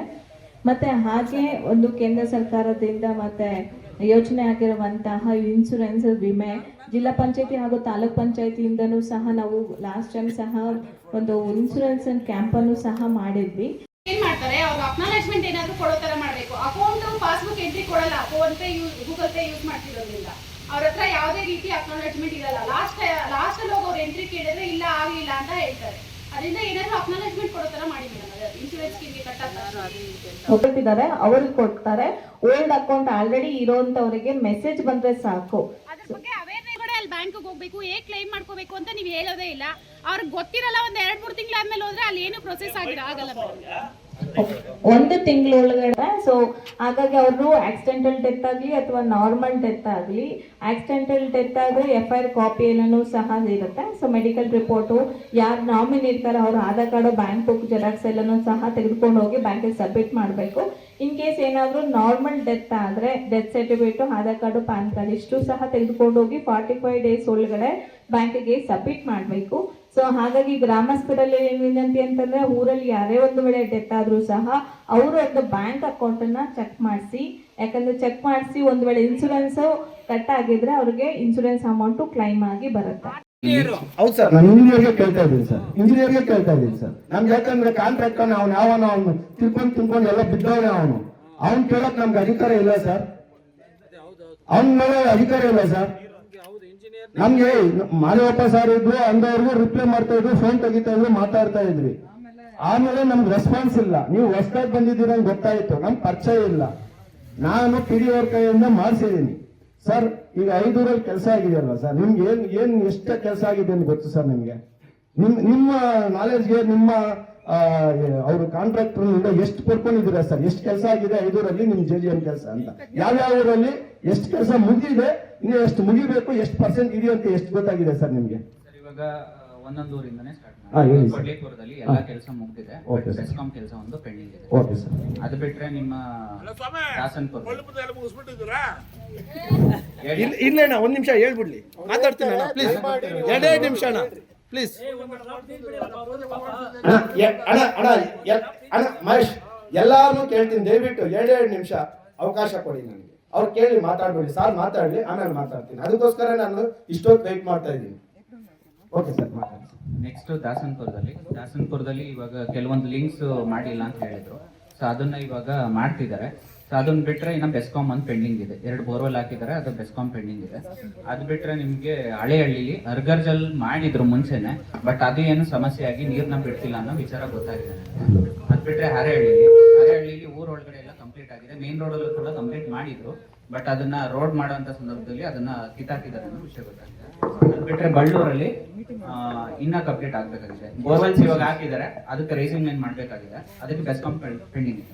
ನೋಡಿ ಸರ್, ಸಾಮಗ್ರಿ ಖರೀದಿ ಮತ್ತು pump, motor, panel board repair ಮತ್ತು ಪೈಪ್ಲೈನ್ ದುರಸ್ತಿ ಕೂಲಿ ಬಾಬ್ತು 26,70,332 ರೂಪಾಯಿ ಖರ್ಚಾಗಿದೆ. ಸರ್, ನಮ್ಮಲ್ಲಿ ಪಂಚಾಯಿತಿಯಲ್ಲಿ 1 ವರ್ಷದಲ್ಲಿ ಇಷ್ಟು ಖರ್ಚಾಗಿದೆ ಅಂದ್ರೆ ನಿಮ್ಮ JJM ಅವ್ರ ಕೆಲಸ ಎಷ್ಟಾಗಿದೆ? ನಿಮ್ ಕೆಲಸಕ್ಕೆ ನಮ್ಮ ಪಂಚಾಯಿತಿ ಏನಾದ್ರು ಕೊಟ್ಟಿದಾರಾ? ಇಲ್ಲ, ಪಂಚಾಯತಿ ಅವರು ಮತ್ತೆ ನಮ್ಮಲ್ಲಿ ಯಾಕೆ ಇಷ್ಟು ಬಿಲ್ ಆಯ್ತು ಈಗ? ಅದು ನಮ್ಮ ಗಮನಕ್ಕೆ ಬಂದಿಲ್ಲ ಸರ್. ಅಲ್ಲ ಸರ್, ಈಗ ನಮ್ಮಲ್ಲಿ ಪೈಪ್ ದುರಸ್ತಿಗೆ 26 ಲಕ್ಷ ಖರ್ಚು ಮಾಡೋಂಥದ್ದು ಏನಿದೆ? ಹಳೆ ಪೈಪ್ಲೈನ್ ದುರಸ್ತಿ ಮಾಡ್ಕೊಂಡಿರ್ತಾರೆ. ಅಲ್ಲ ಸರ್, ಹೊಸ ಪೈಪ್ಲೈನ್ ಅಲ್ಲಿ ನೀರ್ ಬಿಟ್ಟಿದ್ರೆ ಹಳೆ ಪೈಪ್ಲೈನ್ ಬೇಕು ನಮ್ಗೆ. ಅಲ್ಲ, ಇದಿನ್ನ ಕಂಪ್ಲೀಟ್ ಆಗಿಲ್ಲ. ಯಾಕಾಗಿಲ್ಲ? ಇದರಲ್ಲಿ ಬಳ್ಳೂರಲ್ಲಿ for example sir, for example ಅಲ್ಲ, ನಮ್ಮ ಬಳ್ಳೂರಲ್ಲಿ ಒಂದು ವಿಷಯ ಬಳ್ಳೂರಿನಲ್ಲಿ ಇತ್ತು. ಅದನ್ನ ಇವಾಗ ಲೇಔಟ್ ಅಲ್ಲಿ ಎಲ್ಲ ಕೇಳಿದ್ರು, ಅಲ್ಲಿಂದ ಮಾಡ್ಕೊಟ್ಟಿದ್ದಾರೆ. ಸೊ ಅಲ್ಲಿ ಇನ್ನ ಕಂಪ್ಲೀಟ್ ಆಗೋದಿದೆ. ಅಲ್ಲಿ ಏನಕ್ಕೆ ಅಂತಂದ್ರೆ ಇವಾಗ ಎಕ್ಸೆಸ್ ವರ್ಕ್ ಆಗ್ತಿದೆ ಅಂತಂದ್ರೆ ಅದು ಒನ್ ಸ್ಲಿಪ್ ಅಂತ ಮಾಡ್ತಾರೆ, ಅದಕ್ಕೆ ಅಪ್ರೂವಲ್ ಹೋಗುತ್ತೆ. ನನಗೆ ಗೊತ್ತಿರೋ ಹಾಗೇನೆ ಇವಾಗ ಮಾರ್ಚ್ ಅಲ್ಲಿ ಅದಕ್ಕೆ ಅಪ್ರೂವಲ್ ಸಿಕ್ಕಿದೆ. ಅದಾದ್ಮೇಲೆ ಅದನ್ನು ಕಂಪ್ಲೀಟ್, ಬಟ್ ಅದಕ್ಕೆ ಮುಂಚೆನೆ ಮಾಡ್ಕೊಟ್ಟಿದ್ದಾರೆ. ಬಟ್ ಇನ್ನ ಏನ್ ಬ್ಯಾಲೆನ್ಸ್ ವರ್ಕ್ ಇದೆ ಅದನ್ನ ಕಂಪ್ಲೀಟ್ ಮಾಡೋದಕ್ಕೆ ಇವಾಗ ಇನ್ನ ಎಷ್ಟು ಜುಲೈವರೆಗೂ ಟೈಮ್ ಲೈನ್ ಇದೆ. ಸೊ ಅದಾದ್ಮೇಲೆ ಏನು ಹಂಗೂ ಕಂಪ್ಲೀಟ್ ಮಾಡಿಲ್ಲ ಅಂತ ಹೇಳಿದ್ರೆ ನಾವು ಅವ್ರ ಮೇಲೆ ಆಕ್ಷನ್ ಕೇಳ್ತಾ ಇದ್ದೀನಿ. ಬಳ್ಳೂರಲ್ಲಿ ಹೊಸ ಲೈನ್ ಮಾಡ್ತಾ ಇದ್ದೀರಾ, ಇನ್ನ ವ್ಯಾಪ್ತಿ ಜಾಸ್ತಿ ಆಗಿದೆ. ಹಳೆ ಲೈನಲ್ಲಿ ನೀರು ಎಷ್ಟು ಬರ್ತಾ ಇದೆ ಅಂತ ನಮ್ಮ ವಾಟರ್ ಮ್ಯಾನ್ಗೂ ಗೊತ್ತಿಲ್ಲ. ಎಲ್ಲ ಹೊಸ ಲೈನ್ಗಳು ಬಿಟ್ಟಿದ್ದಾರೆ. ಬಿಟ್ಬಿಟ್ಟು ನಲ್ಲಿಗಳು ಫಿಟ್ ಮಾಡಿಲ್ಲ. ಮತ್ತೆ ನಾವೆಲ್ಲ ಅದನ್ನ ಕ್ಯಾಪಿಂಗ್ ಮಾಡಕ್ ಆಗೋದಿಲ್ಲ. ನಿಮ್ಮ ಪ್ರೊಸೀಜರ್ ಏನಿದೆ, ಹೀಟಿಂಗ್ ಇದು ಬಂದ್ರೆ ನಿಮ್ಮ ಯಾರು ಒಬ್ಬ ಟೆಕ್ನಿಷಿಯನ್ ಬಂದ್ರೆ ನಾವು ಮಾಡೋಕ್ಕಾಗೋದು. ನಮ್ಮ ವಾಟರ್ ಮ್ಯಾನ್ಗಳು ಮಾಡೋಕ್ಕಾಗಲ್ಲ. ಅದು ನಾವ್ ಹೇಳಿದ್ರು ಅವ್ರು ಕೆಲಸ ಮಾಡೋಕ್ಕಾಗಲ್ಲ ಪಾಪ ಅವ್ರ ಕೈಯಲ್ಲಿ. ಇವತ್ತವರೆಗೂ ಆ ಕೆಲಸ ಮುಗ್ದಿಲ್ಲ. ಆಮೇಲೆ ಈ 5 ಊರಲ್ಲಿ ಹೆಚ್ಚು ಕಮ್ಮಿ 90% ಬೆಸ್ಕಾಂ ಅಂತ ಆಗಿಲ್ಲ ಅಂತ ಹೇಳಿದ್ವಿ ಅಲ್ವಾ? ಇದನ್ನೆಲ್ಲ ಆಗಿದೆ. ಎಷ್ಟು ದಿನ ಆಯ್ತು ಆಗಿ? ಈ 4 ಊರ್ದು ಎಷ್ಟು ದಿನ ಆಯ್ತು ಆಗಿ? ಮುಗ್ದಿದೆ ಸರ್. ಮುಗ್ದು ಈಗ ನಮ್ಗೆ ಹೋದ ಏಪ್ರಿಲ್ ನಿಂದ ಏಪ್ರಿಲ್ಗೆ 26 ಲಕ್ಷ ನಮ್ಮ ಪೈಪ್ಗಳಿಗೆ ಖರ್ಚು ಮಾಡಿದ್ದಾರೆ. ಬೇರೆ ಪೈಪು ಮತ್ತೆ ದುರಸ್ತಿ ಸಾಮಗ್ರಿ ಖರೀದಿ ಮತ್ತು ಪಂಪ್ ಮೋಟಾರ್ಸ್. ಅಂದ್ರೆ ನೀವು ಮೋಟರ್ ಪಂಪು ಇವ್ರಿಗೆ ಯಾರಿಗೂ ಬಿಟ್ಟಿಲ್ವಾ? ಹಳೆ ಬೋರ್ವೆಲ್ ಏನಿದೆ ಅದನ್ನ ಮಾಡಿದ್ದಾರೆ. ಅಲ್ಲ ಸರ್, ಈಗ ಬಂದಿದ್ರೆ ಬರ್ತಾ ಇರ್ಬೇಕಲ್ವಾ? ಅಲ್ಲ ಸರ್, ಇವಾಗ ಅವ್ರು ಏನ್ ಖರ್ಚು ಮಾಡಿದಾರಲ್ಲ, ಹಳೆ ಪಂಪು ಮೋಟರ್ ಏನಿರುತ್ತೆ ಹಳೆ ಬೋರ್ವೆಲ್ ಅದಕ್ಕೆ ಖರ್ಚು ಮಾಡಿದ್ದಾರೆ. ಅದೇ ಹೇಳ್ತಾ ಇದ್ದೀನಿ ಅಷ್ಟೇ. ಸೊ ಇನ್ನ ಆಕ್ಚುಲಿ ನಿಮ್ಗೆ ಎಷ್ಟು ದಿನ ಟೈಮ್ ಗೈಡ್ಲೈನ್ಸ್ ಕೊಟ್ಟಿದ್ರು ಸರ್ ನಮ್ಮೂರಲ್ಲಿ ಮಾಡೋದಕ್ಕೆ, ನಮ್ಮ ಪಂಚಾಯತಿ ಮಾಡೋದಕ್ಕೆ? ಸರ್ ಅವ್ರಿಗೆ ಕರೆಕ್ಟ್ 1 ವರ್ಷ. ಈಗ ಎಷ್ಟು ವರ್ಷ ಆಯ್ತು ಸರ್? ಈಗ ಇದನ್ನ ಈ ನಮ್ಮ ಪಂಚಾಯತಿಗೆ ಆಗಿರೋ ಲಾಸ್ ಯಾರು ಸರ್ ಕಟ್ಕೊಡ್ತಾರ? 26 ಲಕ್ಷ ಲಾಸ್ ಆಗಿದೆ ಸರ್ ಪಂಚಾಯತಿಗೆ, ಯಾರು ಕಟ್ಕೊಡ್ತಾರೆ ಸರ್? ಇವಾಗ ಎಲ್ಲ ಕೆಲಸ ಮುಗ್ತಿದೆ. ಅದರಲ್ಲಿ ಇವಾಗ ಎಕ್ಸಿಸ್ಟಿಂಗ್ ಏನ್ ಪೈಪ್ಲೈನ್ ಆಗಿದೆ ಅದನ್ನ ಉಪಯೋಗಿಸ್ಕೊಂಡಿದ್ರೆ ಅಲ್ಲಿ ಸಮಸ್ಯೆ ಬರ್ತಿರ್ಲಿಲ್ಲ. ಅವರು ಬೆಸ್ಕಾಂ ಆಗಿಲ್ಲ ಅನ್ನೋ ಒಂದೇ ಕಾರಣದಿಂದ ನಮ್ಮಲ್ಲಿ ನೀರು ಬಿಡಬೇಡಿ ಅಂತ ಇದು ಮಾಡಿದ್ರಂತೆ. ಏನು ಬೇಡ ನಮ್ಗೆ ಇವಾಗ ಫಸ್ಟ್ ಅದನ್ನ ಕ್ಲೋಸ್ ಮಾಡಿನೇ ನಮ್ಗೆ ನೀರು ಬಿಡಿ ಅಂತ ಜನರೆಲ್ಲ ಕೇಳಿದ್ರು. ಸೊ ಹಾಗಾಗಿ ಅಲ್ಲಿ ಬಿಟ್ಟಿಲ್ಲ ಅನ್ನೋ ಮಾಹಿತಿ ಇದೆ ನನಗೆ. ಅಲ್ಲ ಸರ್, ಬೆಸ್ಕಾಂ ಅಲ್ಲಿ ಏನಾಗಿದೆ ಸರ್? ಅದು ನಮ್ಮಿಂದ ಡೆಪಾಸಿಟ್ ಆಗುತ್ತೆ ಅವರು, ಆಮೇಲೆ ಅವರು ಕೆಲಸ ಮಾಡ್ಕೊಡ್ತಾರೆ. ಬೆಸ್ಕಾಂ ಅವರೇ ಕೆಲಸ ಮಾಡ್ಕೊಡ್ತಾರೆ. ಅದು ಎಷ್ಟು ದಿನ ಆಗ್ಬೇಕು ಸರ್? ತೆಗೆದುಬಿಟ್ಟು ಮತ್ತೆ ಅದಕ್ಕೆ ಸರಿಯಾದ ರೀತಿಯಲ್ಲಿ ನೀವು ಕಾಂಕ್ರೀಟ್ ಮಾಡ್ದಿರಾ, ಅದಕ್ಕೆ ನ್ಯಾಯವಾದ ಜಾಯಿಂಟ್ ಮಾಡ್ದಿರಾ, ಎಲ್ಲ ಕಡೆ ಲೀಕೇಜ್ ಇದೆ, ಎಲ್ಲ ಕಡೆ ಕಂಪ್ಲೇಂಟ್ಸ್ ಇದೆ, ಎಲ್ಲ ಪೈಪಲ್ಲಿ ನೀರು ಹೋಗ್ತಾ ಇದೆ. ಆದರೆ ಆ ನೀರು ಈಗ ನಿನ್ನೆ ಎಲ್ಲ ಯಾರು ನಮ್ಮ ವಾಟರ್ ಮ್ಯಾನ್ಗಳು ಗ್ರೂಪಲ್ಲಿ ಹಾಕಿದ್ರು, ಯಾಕೆ ಏರಿಯಾಗೆ ನೀರು ಹೋಗ್ತಾ ಇಲ್ಲ ಅಂದರೆ, ಸರ್ ಅಲ್ಲಿ ಜೈಂಟ್ ಮಾಡಕ್ ಆಗ್ತಾ ಇಲ್ಲ ನಮ್ಮಲ್ಲಿ, ಅದಕ್ಕೆ ಆ ಏರಿಯಾಗೆ ನೀರು ಒಂದು ಜೈಂಟಿಂದ ಇಡೀ ಒಂದು ಲೈನ್ಗೆ ನೀರು ಹೋಗ್ತಾ ಇಲ್ಲ ಅಂದ್ರೆ ಅಲ್ಲಿ ಜೀವನ ಹೆಂಗ್ ಮಾಡ್ತಾರೆ? ಇಲ್ಲ ಮತ್ತೆ ಅವ್ರಿಗೆ ಬರೋದಿಲ್ಲ ಅಂತ ಹೇಳ್ತಾರಲ್ಲ, ಈ ಸಮಸ್ಯೆ ಇಡೀ ಕರ್ನಾಟಕದಲ್ಲಿದೆ. ಅದಕ್ಕೋಸ್ಕರ ನಮ್ಮ ಹೆಡ್ ಆಫೀಸ್ ಇಂದ ಪ್ರತಿಯೊಬ್ಬ ಇವ್ರಿಗೂ, ಯಾರು ನಮ್ಮ ವಾಟರ್ ಮ್ಯಾನ್ಸ್ ಇರ್ತಾರಲ್ಲ, ಆಲ್ರೆಡಿ 2 ಸಲ ಟ್ರೈನಿಂಗ್ ಆಗಿದೆ, ಯಾವ ತರ ಅದನ್ನ ಫ್ಯೂಸ್ ಮಾಡೋದು, ಹೀಟ್ ಮಾಡೋದು. ಕೇಳಿ ಸರ್, ಇಲ್ಲೇ ಇದ್ದಾರೆ ವಾಟರ್ ಮ್ಯಾನ್, ಆಕ್ಷನ್ ತಗೊಳ್ಳಿ ಸರ್. ಇಲ್ಲಿ ಕರೀರಿ ಸರ್, ಅವ್ರು ನಮ್ಗೆ ಬರೋಲ್ಲ ಅಂತ ಹೇಳ್ತಾ ಇದಾರೆ, ತಗೊಳ್ಳಿ ನೀವು. ಅದ್ರ ಜೊತೆಗೆ ಇನ್ನೊಂದೇನು ಅಂತಂದ್ರೆ ಮಿಷಿನ್ಸ್ ಇಲ್ಲ ಅಂತ ಹೇಳ್ತಿದ್ದಾರೆ, ಅದನ್ನ ಫ್ಯೂಸ್ ಮಾಡೋದಕ್ಕೆ ಮಿಷಿನ್ ಇಲ್ಲ ಅಂತ ಹೇಳಿ. ಇವಾಗ ಟೆಂಡರ್ ಕಾಲ್ ಆಗಿದೆ, ಇವಾಗ ನಾಳೆ ಅಥವಾ ನಾಳಿದ್ದು ವರ್ಕ್ ಆರ್ಡರ್ ಇಶ್ಯೂ ಆಗ್ತಿದೆ. ಅದಕ್ಕೆ ಮಿಷಿನ್ ಕೊಡ್ಸೋದಕ್ಕೆ ಪ್ರತಿ ಗ್ರಾಮ ಪಂಚಾಯತಿಗೆ ಒಂದೊಂದು ಮಿಷಿನ್ಸ್ ನ ನಮ್ ಕಡೆಯಿಂದಾನೇ ಕೊಡಿಸ್ತಾರೆ. ಎಷ್ಟಾಗ್ಬೋದು ಸರ್ ಮಿಷಿನ್? ಅದು 26 ಲಕ್ಷ ಖರ್ಚು ಮಾಡಿದಾಗ ನಮ್ಮ ಪಂಚಾಯತಿಗೆ 90,000 ರೂಪಾಯಿ ಖರ್ಚು ಮಾಡಕ್ ಆಗ್ತಾ ಇರಲಿಲ್ವಾ? ನೀವು ಸರ್ ನೀವು ತಗೊಳ್ಳಿ, ಆಮೇಲೆ ನಾನು ಕ್ಲೈಮ್ ಮಾಡಿ ಕೊಡ್ತೀನಿ ಸರ್ ನಿಮಗೆ. 26 ಲಕ್ಷ ರೂಪಾಯಿ ಇವತ್ತು ನಾವು ಏನ್ ಖರ್ಚು ಮಾಡಿದೀವಿ, ಏನ್ ಪೈಪ್ ಲೈನ್ಸ್ಗೆ, ರಿಪೇರೀಸ್ಗೆ, ಇದೆಲ್ಲ ನಾವು 90,000 ಕೊಟ್ಬಿಟ್ಟು 5 ಊರ್ದು ಎದ್ದು ಕಾಣಿಸೋದಿದೆ ಅಲ್ವಾ? 4 ಲಕ್ಷ ಅನ್ನೋದು 2 ಪಾಯಿಂಟ್ ಸರ್. ಇವಾಗ ಸರ್ವೆ ನಂಬರ್ಗಳಿಗೆ ಫೋಕಸ್ ಅದೇನು, ಇವಾಗ ಲೈನಿಂಗ್ ಎಲ್ಲ ಅವ್ರು ಮಾಡಿದ್ದಾರೆ, ಖರ್ಚು ನಮ್ದು ಸರ್. ಇದು ಸರ್ವೆ ನಂಬರ್ಗಳಿಗೆ ಕರೆಂಟ್ ಸಪ್ಲೈ ಕೊಡ್ತಾ ಇದ್ದೀವಿ. So August 15 last date. ಎಲ್ರಿಗೂ ಸರ್ವೆ ನಂಬರ್ ಮನೆಗಳಿದ್ರೆ ಕಂಪ್ಲೀಟ್ ಆಗಿರ್ಬೇಕು. ಹೌದು. ಇಲ್ಲ. ಆಗಸ್ಟ್ 15 ಲಾಸ್ಟ್ ಡೇಟ್ ಇದೆ. ಸರ್ವೆ ನಂಬರಲ್ಲಿ ಯಾವ್ಯಾವ ಮನೆಗಳಿದ್ರೆ ಅಪ್ಲೈ ಮಾಡಿ ಕರೆಂಟ್ ಕೊಡ್ತೀವಿ. ಕಮರ್ಷಿಯಲ್ ಕೊಡಲ್ಲ. ಕಂಪ್ನಿ ಸಡ್ ಏನಾದ್ರು ಕಟ್ಬಿಟ್ಟಿದ್ರೆ ಇಲ್ಲ, ಮನೆಗಳಿಗೆ ಬಾಡಿಗೆ ಇರೋದಾದ್ರೆ ಕೊಡ್ತೀವಿ. ಕಮರ್ಷಿಯಲ್ ಕೊಡ್ತೀರಾ? ಏನಾದ್ರು ಒಂದು ಕಂಪ್ನಿ ಅಂದ್ರೆ ಒಂದು ಪೇಪರ್ ಕಂಪ್ನಿ, ಅದಕ್ಕೆ OCCC ಬೇಕಾಗುತ್ತೆ. OCCC ಇದ್ರನ್ನೇ ಕೊಡೋದು. ಸೊ ಆಗಸ್ಟ್ 15 ಲಾಸ್ಟ್ ಡೇಟ್ ಇದೆ. 24 ಅವರ್ ಲೈನ್ ಎಲ್ಲಿದೆ ಹತ್ರದಿಂದ ಅಲ್ಲಿಂದ ನಾನು ಹೆಲ್ಪ್ ಕೂಡ ಕೇಳಿದ್ದೀನಿ. ಲೈನ್ ಮನೆಗೆ ವೈರ್ ಒಂದು ಅರೇಂಜ್ ಮಾಡಿದ್ರೆ ನಾವು ಅಲ್ಲಿಂದ ಹೇಳ್ತೀವಿ. ದಯವಿಟ್ಟು ಅದೊಂದು ಕೆಲಸ ಮಾಡ್ಕೊಡಿ ಸರ್. ನಿಮ್ಗೆ ಲೈನ್ ಮನೆ ಯಾರು ಮೌಲ ನಾನು ಹೇಳ್ತೀನಿ ಅವ್ರು. ನಾವು ಎಲ್ಲ ಇಲಾಖೆಗಳಿಗೆ ಸಂಬಂಧಿಸಿದಂತೆ ಮಾಹಿತಿನ ಪಡ್ಕೊಂಡಿದ್ದೀರಿ. ದಯವಿಟ್ಟು ಅದನ್ನ ರೂಢಿಸ್ಕೊಳ್ರಿ. ವಿಶೇಷವಾಗಿ ತಾವು JJM ಬಗ್ಗೆ ತಾವು ತುಂಬಾ ಇನ್ವಾಲ್ವ್ಮೆಂಟ್ ಆಗಿ ಪ್ರಶ್ನೆಗಳನ್ನ ಕೇಳಿದ್ರೆ ತುಂಬಾ ಇಷ್ಟ ಆಗಿದೆ. ಯಾಕೆಂದ್ರೆ ವಿಷಯಗಳನ್ನ ತಿಳ್ಕೊಂಡು ಅದನ್ನ ಪ್ರಶ್ನೆ ಮಾಡುತ್ತದಂದ್ರೆ ಅದರಲ್ಲಿ ಅವರ ಒಂದು ನಮ್ಮ ಊರಿಗಿಂತ ಯೋಜನೆ ಆಗಿದೆ, ನಮ್ಗೆ ಇನ್ನೂ ಅದು ತಲುಪಿಲ್ಲ ಅಂದಾಗ ಅದನ್ನ ಕೇಳೋದಿದೆಯಲ್ಲ, ಆಗೋದು ಬಿಡೋದು ನೆಕ್ಸ್ಟ್. ಫಸ್ಟ್ ಕೇಳೋದಿದೆಯಲ್ಲ, ನಮ್ಮ ಜನ ಕೇಳೋದ್ ರೀತಿ ಬೆಳೆಸ್ಕೊಂಡಿದ್ದಾರೆ ಅಂದ್ರೆ ಅದಕ್ಕಿಂತ ದೊಡ್ಡದಿನ್ನೇನಿಲ್ಲ. ಖಂಡಿತ ನಾವ್ ಯಾವತ್ತು ಕೇಳ್ತೀವಿ ಅಂದ್ರೆ ಖಂಡಿತ ಕೆಲಸ ಆಗ್ತದೆ. JJM ಬಗ್ಗೆ ನಾನು ಕೂಡ 3 ವಿಲೇಜ್ಗಳನ್ನ ನೋಡಿದ್ದೀನಿ. ಎಸ್ಪೆಷಲಿ ಕೊಡ್ಲಿಪುರಕ್ಕೆ ನಾನೇ ಹೋಗಿದ್ದೆ. ಅಲ್ಲಿ ಎಲ್ಲ ಕೆಲಸಗಳು ಮುಗಿದೆ. ಮಧ್ಯ ಒಂದು ಏನೋ ಪೈಪ್ ಲೈನ್ ರಿಪೇರಿ ಆಗಬೇಕು, ಅದು ನೀರು ಬಿಟ್ರೆ ಎಲ್ಲಿ ಹೋಗುತ್ತೆ ಅಂತ ಗೊತ್ತಾಗುತ್ತೆ. ಅದರಲ್ಲಿ ಸಮಯ ಇರೋದು ಇಷ್ಟೇ. ನಮ್ಮ KEB ಅವರು ಅಲ್ಲಿ ನಾನು ಹೋದಾಗ ಒಬ್ರು ಅಲ್ಲಿ ಮೆಂಬರ್ ಕೂಡ ಬಂದಿದ್ರು. ಸರ್ ನೀವು ಕಂಬನು ನಾವೇ ತರಿಸ್ಬಿಟ್ಟಿದೀವಿ ಸರ್, ಜಸ್ಟ್ ಒಂದು ಟ್ರಾನ್ಸ್ಫರ್ನ ಫಿಟ್ ಮಾಡಿ ಚೇಂಜ್ ಮಾಡಿ ಲೈನ್ ಹಾಕೊಟ್ಬಿಟ್ರೆ ಮುಗಿದೋಯ್ತು ಅಂತ. ನಾನು ತಮ್ಮಲ್ಲಿ ವಿನಯ ಮಾಡ್ತೀನಿ. ಅದು ತುಂಬಾ ಸಿಂಪಲ್ ಕೆಲಸ ಇದೆ. 2 ಕಂಬನೂ ಇದೆ ಅಂತ ಅಲ್ಲಿ ನಾವು ನೋಡ್ಕೊಂಡ್ ಬಂದಿದ್ದೆ. ನೀವು ಚೇಂಜ್ ಮಾಡಿ ಅದು ಫಿಟ್ ಮಾಡಿ ಕರೆಂಟ್ ಕೊಟ್ಬಿಟ್ರೆ ಆ ಲೈನ್ ಎಲ್ಲಿ ಹೋಗುತ್ತೆ, ಹೊಡೆದೋಗುತ್ತೆ ಅನ್ನೋದು ಗೊತ್ತಾಗುತ್ತೆ. ಅದು ಇಮಿಡಿಯೇಟ್ ಆಗಿ ಕ್ಲಿಯರ್ ಮಾಡಿದ್ರೆ ಅದು ಒಂದು ಭಾಗ ಮುಗಿದೋಗುತ್ತೆ. ಅದು ಈಗ ಕುಡಿಯೋ ನೀರ್ದಾಗಿರೋದ್ರಿಂದ ಬರೀ ನಾವು ಎಸ್ಟಿಮೇಟ್ ಕೊಟ್ಟಿದ್ದೀವಿ, ಅದು ಮಾಡ್ತೀವಿ, ಸ್ಯಾಂಕ್ಷನ್ ಮಾಡಿಸ್ಕೊತೀವಿ. ದಯವಿಟ್ಟು ಅದು ತುಂಬ ಪ್ರಾಸೆಸ್ ಹೋಗ್ಬೇಡ್ರಿ. ಸದ್ಯಕ್ಕೆ ಕೊಟ್ಬಿಡ್ರಿ, ಆಮೇಲೆ ಬೇಕಾದ್ರೆ ಪೇಪರ್ ಕಾರ್ ಏನಾದ್ರು ಅದು ಮಾಡ್ಕೊಂಡ್ರೆ ಆಯ್ತು. ವಿಷಯವಾಗಿ ನಾನು ಸಾಹೇಬ್ರ ಹತ್ರ, ನಮ್ಮ ಯುವ ಸಾಹೇಬ್ರ ಹತ್ರ ಒಂದು ಎಲ್ಲ ನಮ್ಮ AWE ವಾಟರ್ ಸಪ್ಲೈ ಅವರು, ಇಂಜಿನಿಯರ್ಸು ಮತ್ತು ಕಾಂಟ್ರಾಕ್ಟ್ರು ಮತ್ತು ಬೆಸ್ಕಾಮು ಎಲ್ಲರನ್ನೂ ಒಂದು ಕರೆದು ಒಂದು ಸಭೆ ಮಾಡೋಣ ಸರ್. ತಾಲೂಕು ಪಂಚಾಯತಿ ವ್ಯಾಪ್ತಿ ಒಳಗೆ ಇಡೀ ತಾಲೂಕಿಗೆ ಸಂಬಂಧ, ನಾಟ್ ಓನ್ಲಿ ಬಳ್ಳೂರು, KEBದು ಎಲ್ಲ ತಾಲೂಕು ಇದ್ದಾವೆ, ಎಲ್ಲೆಲ್ಲಿ ರಿಪೇರಿಗಳು ಇದಾವೆ. ಕಾಂಟ್ರಾಕ್ಟ್ ಜೊತೆಲಿ ಒಂದು ಸಭೆ ಮಾಡಿ ಸರ್ ಅಂತ ಹೇಳಿ ನಾನು ಮನವಿ ಮಾಡ್ತೀನಿ. ಶೀಘ್ರದಲ್ಲೇ ತಾಲೂಕು ಮಟ್ಟದಲ್ಲಿ ಒಂದು ಸಭೆ ಕರೀತೀವಿ. ದಯಮಾಡಿ ತಾವೆಲ್ಲರೂ ಏನೇನು ಸಮಸ್ಯೆಗಳು ಅದ್ರ ಜೊತೆ ನಮ್ಮ PDOಗಳು ಎಲ್ಲರೂ ಅಲ್ಲಿ ಬರ್ತಾರೆ. ಒಂದು ಸಭೆ ಮಾಡಕ್ಕೆ ನಾನು ಸಾಹೇಬ್ರ ಅಂತ ಹೇಳ್ತೀನಿ ಸರ್. ಆದರೆ ಈ ತಿಂಗಳೊಳಗೆ ಒಂದು ಕೆಲಸ ಮಾಡಿಸ್ಕೊಡ್ತೀನಿ. ಮುಖ್ಯವಾಗಿ ಇನ್ನೊಂದು ವಿಷಯ ನಾನು ತಮ್ಮಲ್ಲಿ ಮನವಿ ಮಾಡೋದಂದ್ರೆ ಕಸದ ವಿಚಾರ. ದಯವಿಟ್ಟು ಎಲ್ಲಂದ್ರೆ ಕಸ ಇಡಬೇಡ್ರಿ ಆಯ್ತಾ. ಬೇರೆಯವ್ರಿಗೂ ಹೇಳ್ರಿ. ನಮ್ಮೂರಿನ ಜನ ನಮ್ಮ ಕಸ ಇಡಲ್ಲ, ಬರೋತನಕ ಕಾಯ್ತಿರ್ತಾರೆ, ಇಟ್ಕೊಂಡಿರ್ತಾರೆ, ಹೇಳಿಲ್ಲ ಅಂದ್ರೆ ಕಸದ ಗುಟ್ಟಿಗೆ ಹಾಕ್ತಾರೆ. ಹೇಳ್ದಂಗೆ ಸಿಪ್ಕಾಟ್ ಅವೆಲ್ಲ ಎಲ್ಲೆನ್ನೋ ಬಂದಿರ್ತಾರೆ, ಅವ್ರಿಗೆ ಬೇಕಾಗಿರಲ್ಲ. ಏನ್ ಬರ್ತಾರೆ ಅವ್ರ ಕೆಲಸ ದುಡ್ಡು ಸಂಪಾದನೆ ಮಾಡ್ತಾರೆ, ಎಲ್ಲ ಅಂದ್ರೆ ಬಿಸಾಕ್ಬಿಟ್ಟು ಆ ಕಡೆ ಹೋಗ್ತಾರೆ. ಅದು ಎತ್ತವ್ರು ಯಾರು? ಇದಕ್ಕೆಂತ ಹೇಳಿದೆ ಸರ್, ಅಲ್ಲಿರ್ತಕ್ಕಂಥ ಬಿಲ್ಡಿಂಗ್ ಅವ್ರನ್ನ ಕರೆಸಿ ಒಂದು ಮೀಟಿಂಗ್ ಮಾಡಿ ಅಂತ ನಮ್ಮ ಪಿ ಡಿ ಅವ್ರಿಗೆ ಹೇಳಿದೆ. ಅಲ್ಲಿರ್ತಕ್ಕಂಥ ಅಂಗಡಿಗಳವ್ರನ್ನ ಕರೆಸ್ಬಿಟ್ಟು ಕವರ್ ಬ್ಯಾನ್ ಮಾಡಿಸಿ ಅವ್ರಿಗೆ ಬ್ಯಾಗ್ಗಳು ತಗೊಬರ್ತಾರೆ. ಅದನ್ನು ಒಂದು ಸಲಹೆ ಕೊಡಿ ಅಂತ ನಾವು ಯಾವಾಗ ಈ ಒಂದು ಸೋಷಿಯಲ್ ವರ್ಕ್ ಮಾಡಕ್ಕೆ ಬಂದ ಆವಾಗಲಿಂದ ಅವ್ರಿಗೆ ಮನವಿ ಮಾಡಿದ್ವಿ. ಇವತ್ತವರೆಗೂ ಒಂದು ಮೀಟಿಂಗ್ ಮಾಡಿಲ್ಲ, ಅವ್ರನ್ನ ಕರೆದು ಸಲಹೆ ಮಾಡಿಲ್ಲ. ಅವ್ರಿಗೆ ಒಂದು ಜನರಲ್ ಲೈಸೆನ್ಸ್ ಕೊಟ್ಟು ಕೆಲಸ ಮಾಡಿಸಿ ಸರ್. ಅಂಗಡಿಗಳವ್ರಿಗೆ ಭಯ ಇರುತ್ತೆ, ಈಗ ಭಯ ಇರುತ್ತೆ. ಒಂದು ಜನರಲ್ ಲೈಸೆನ್ಸ್ ಇದ್ರೆ ಮಾತ್ರ ನೀನು ಅಂಗಡಿ ಹಾಕ್ಬೇಕಂದ್ರೆ ಅವ್ನು ವರ್ಷಕ್ಕೊಂದ್ಸಾರಿ ನೀನು ರಿನ್ಯೂವಲ್ ಮಾಡಕ್ ಬರುತ್ತೆ. ಪಂಚಾಯತಿಗೆ ಒಂದು 3,000 ರೂಪಾಯಿ ಕಾಸು ಬರುತ್ತೆ. ಅದರಿಂದಾದ್ರೂ ನಾವು ಇನ್ನೊಂದೊಬ್ಬರಿಗೆ ಸ್ಯಾಲ್ರಿ ಕೊಡ್ಬೋದು, ಇಲ್ಲ ಅವ್ನು ತಪ್ಪು ಮಾಡಿದ್ರೆ ಅವನ್ನ ಅಂಗಡಿ ತೆಗಿಸ್ಬೋದು. ಇದೆಲ್ಲ ಒಳ್ಳೆ ಸಲಹೆಗಳು ಕೊಟ್ಟಿದ್ದೀವಿ ಸರ್. ಆದ್ರೆ ಈ ಕೆಲಸ ನಾವು ಪಂಚಾಯತಿಯಲ್ಲಿ ಅಭಿವೃದ್ಧಿ ಅಧಿಕಾರಿ ಮಾಡಿಲ್ಲ ಅಂದ್ರೆ ನಾವೇನ್ ಮಾಡಕ್ಕಾಗಲ್ಲ. ಇಲ್ಲ, ನನ್ನ ಗಮನಕ್ಕೆ ಬಂತು.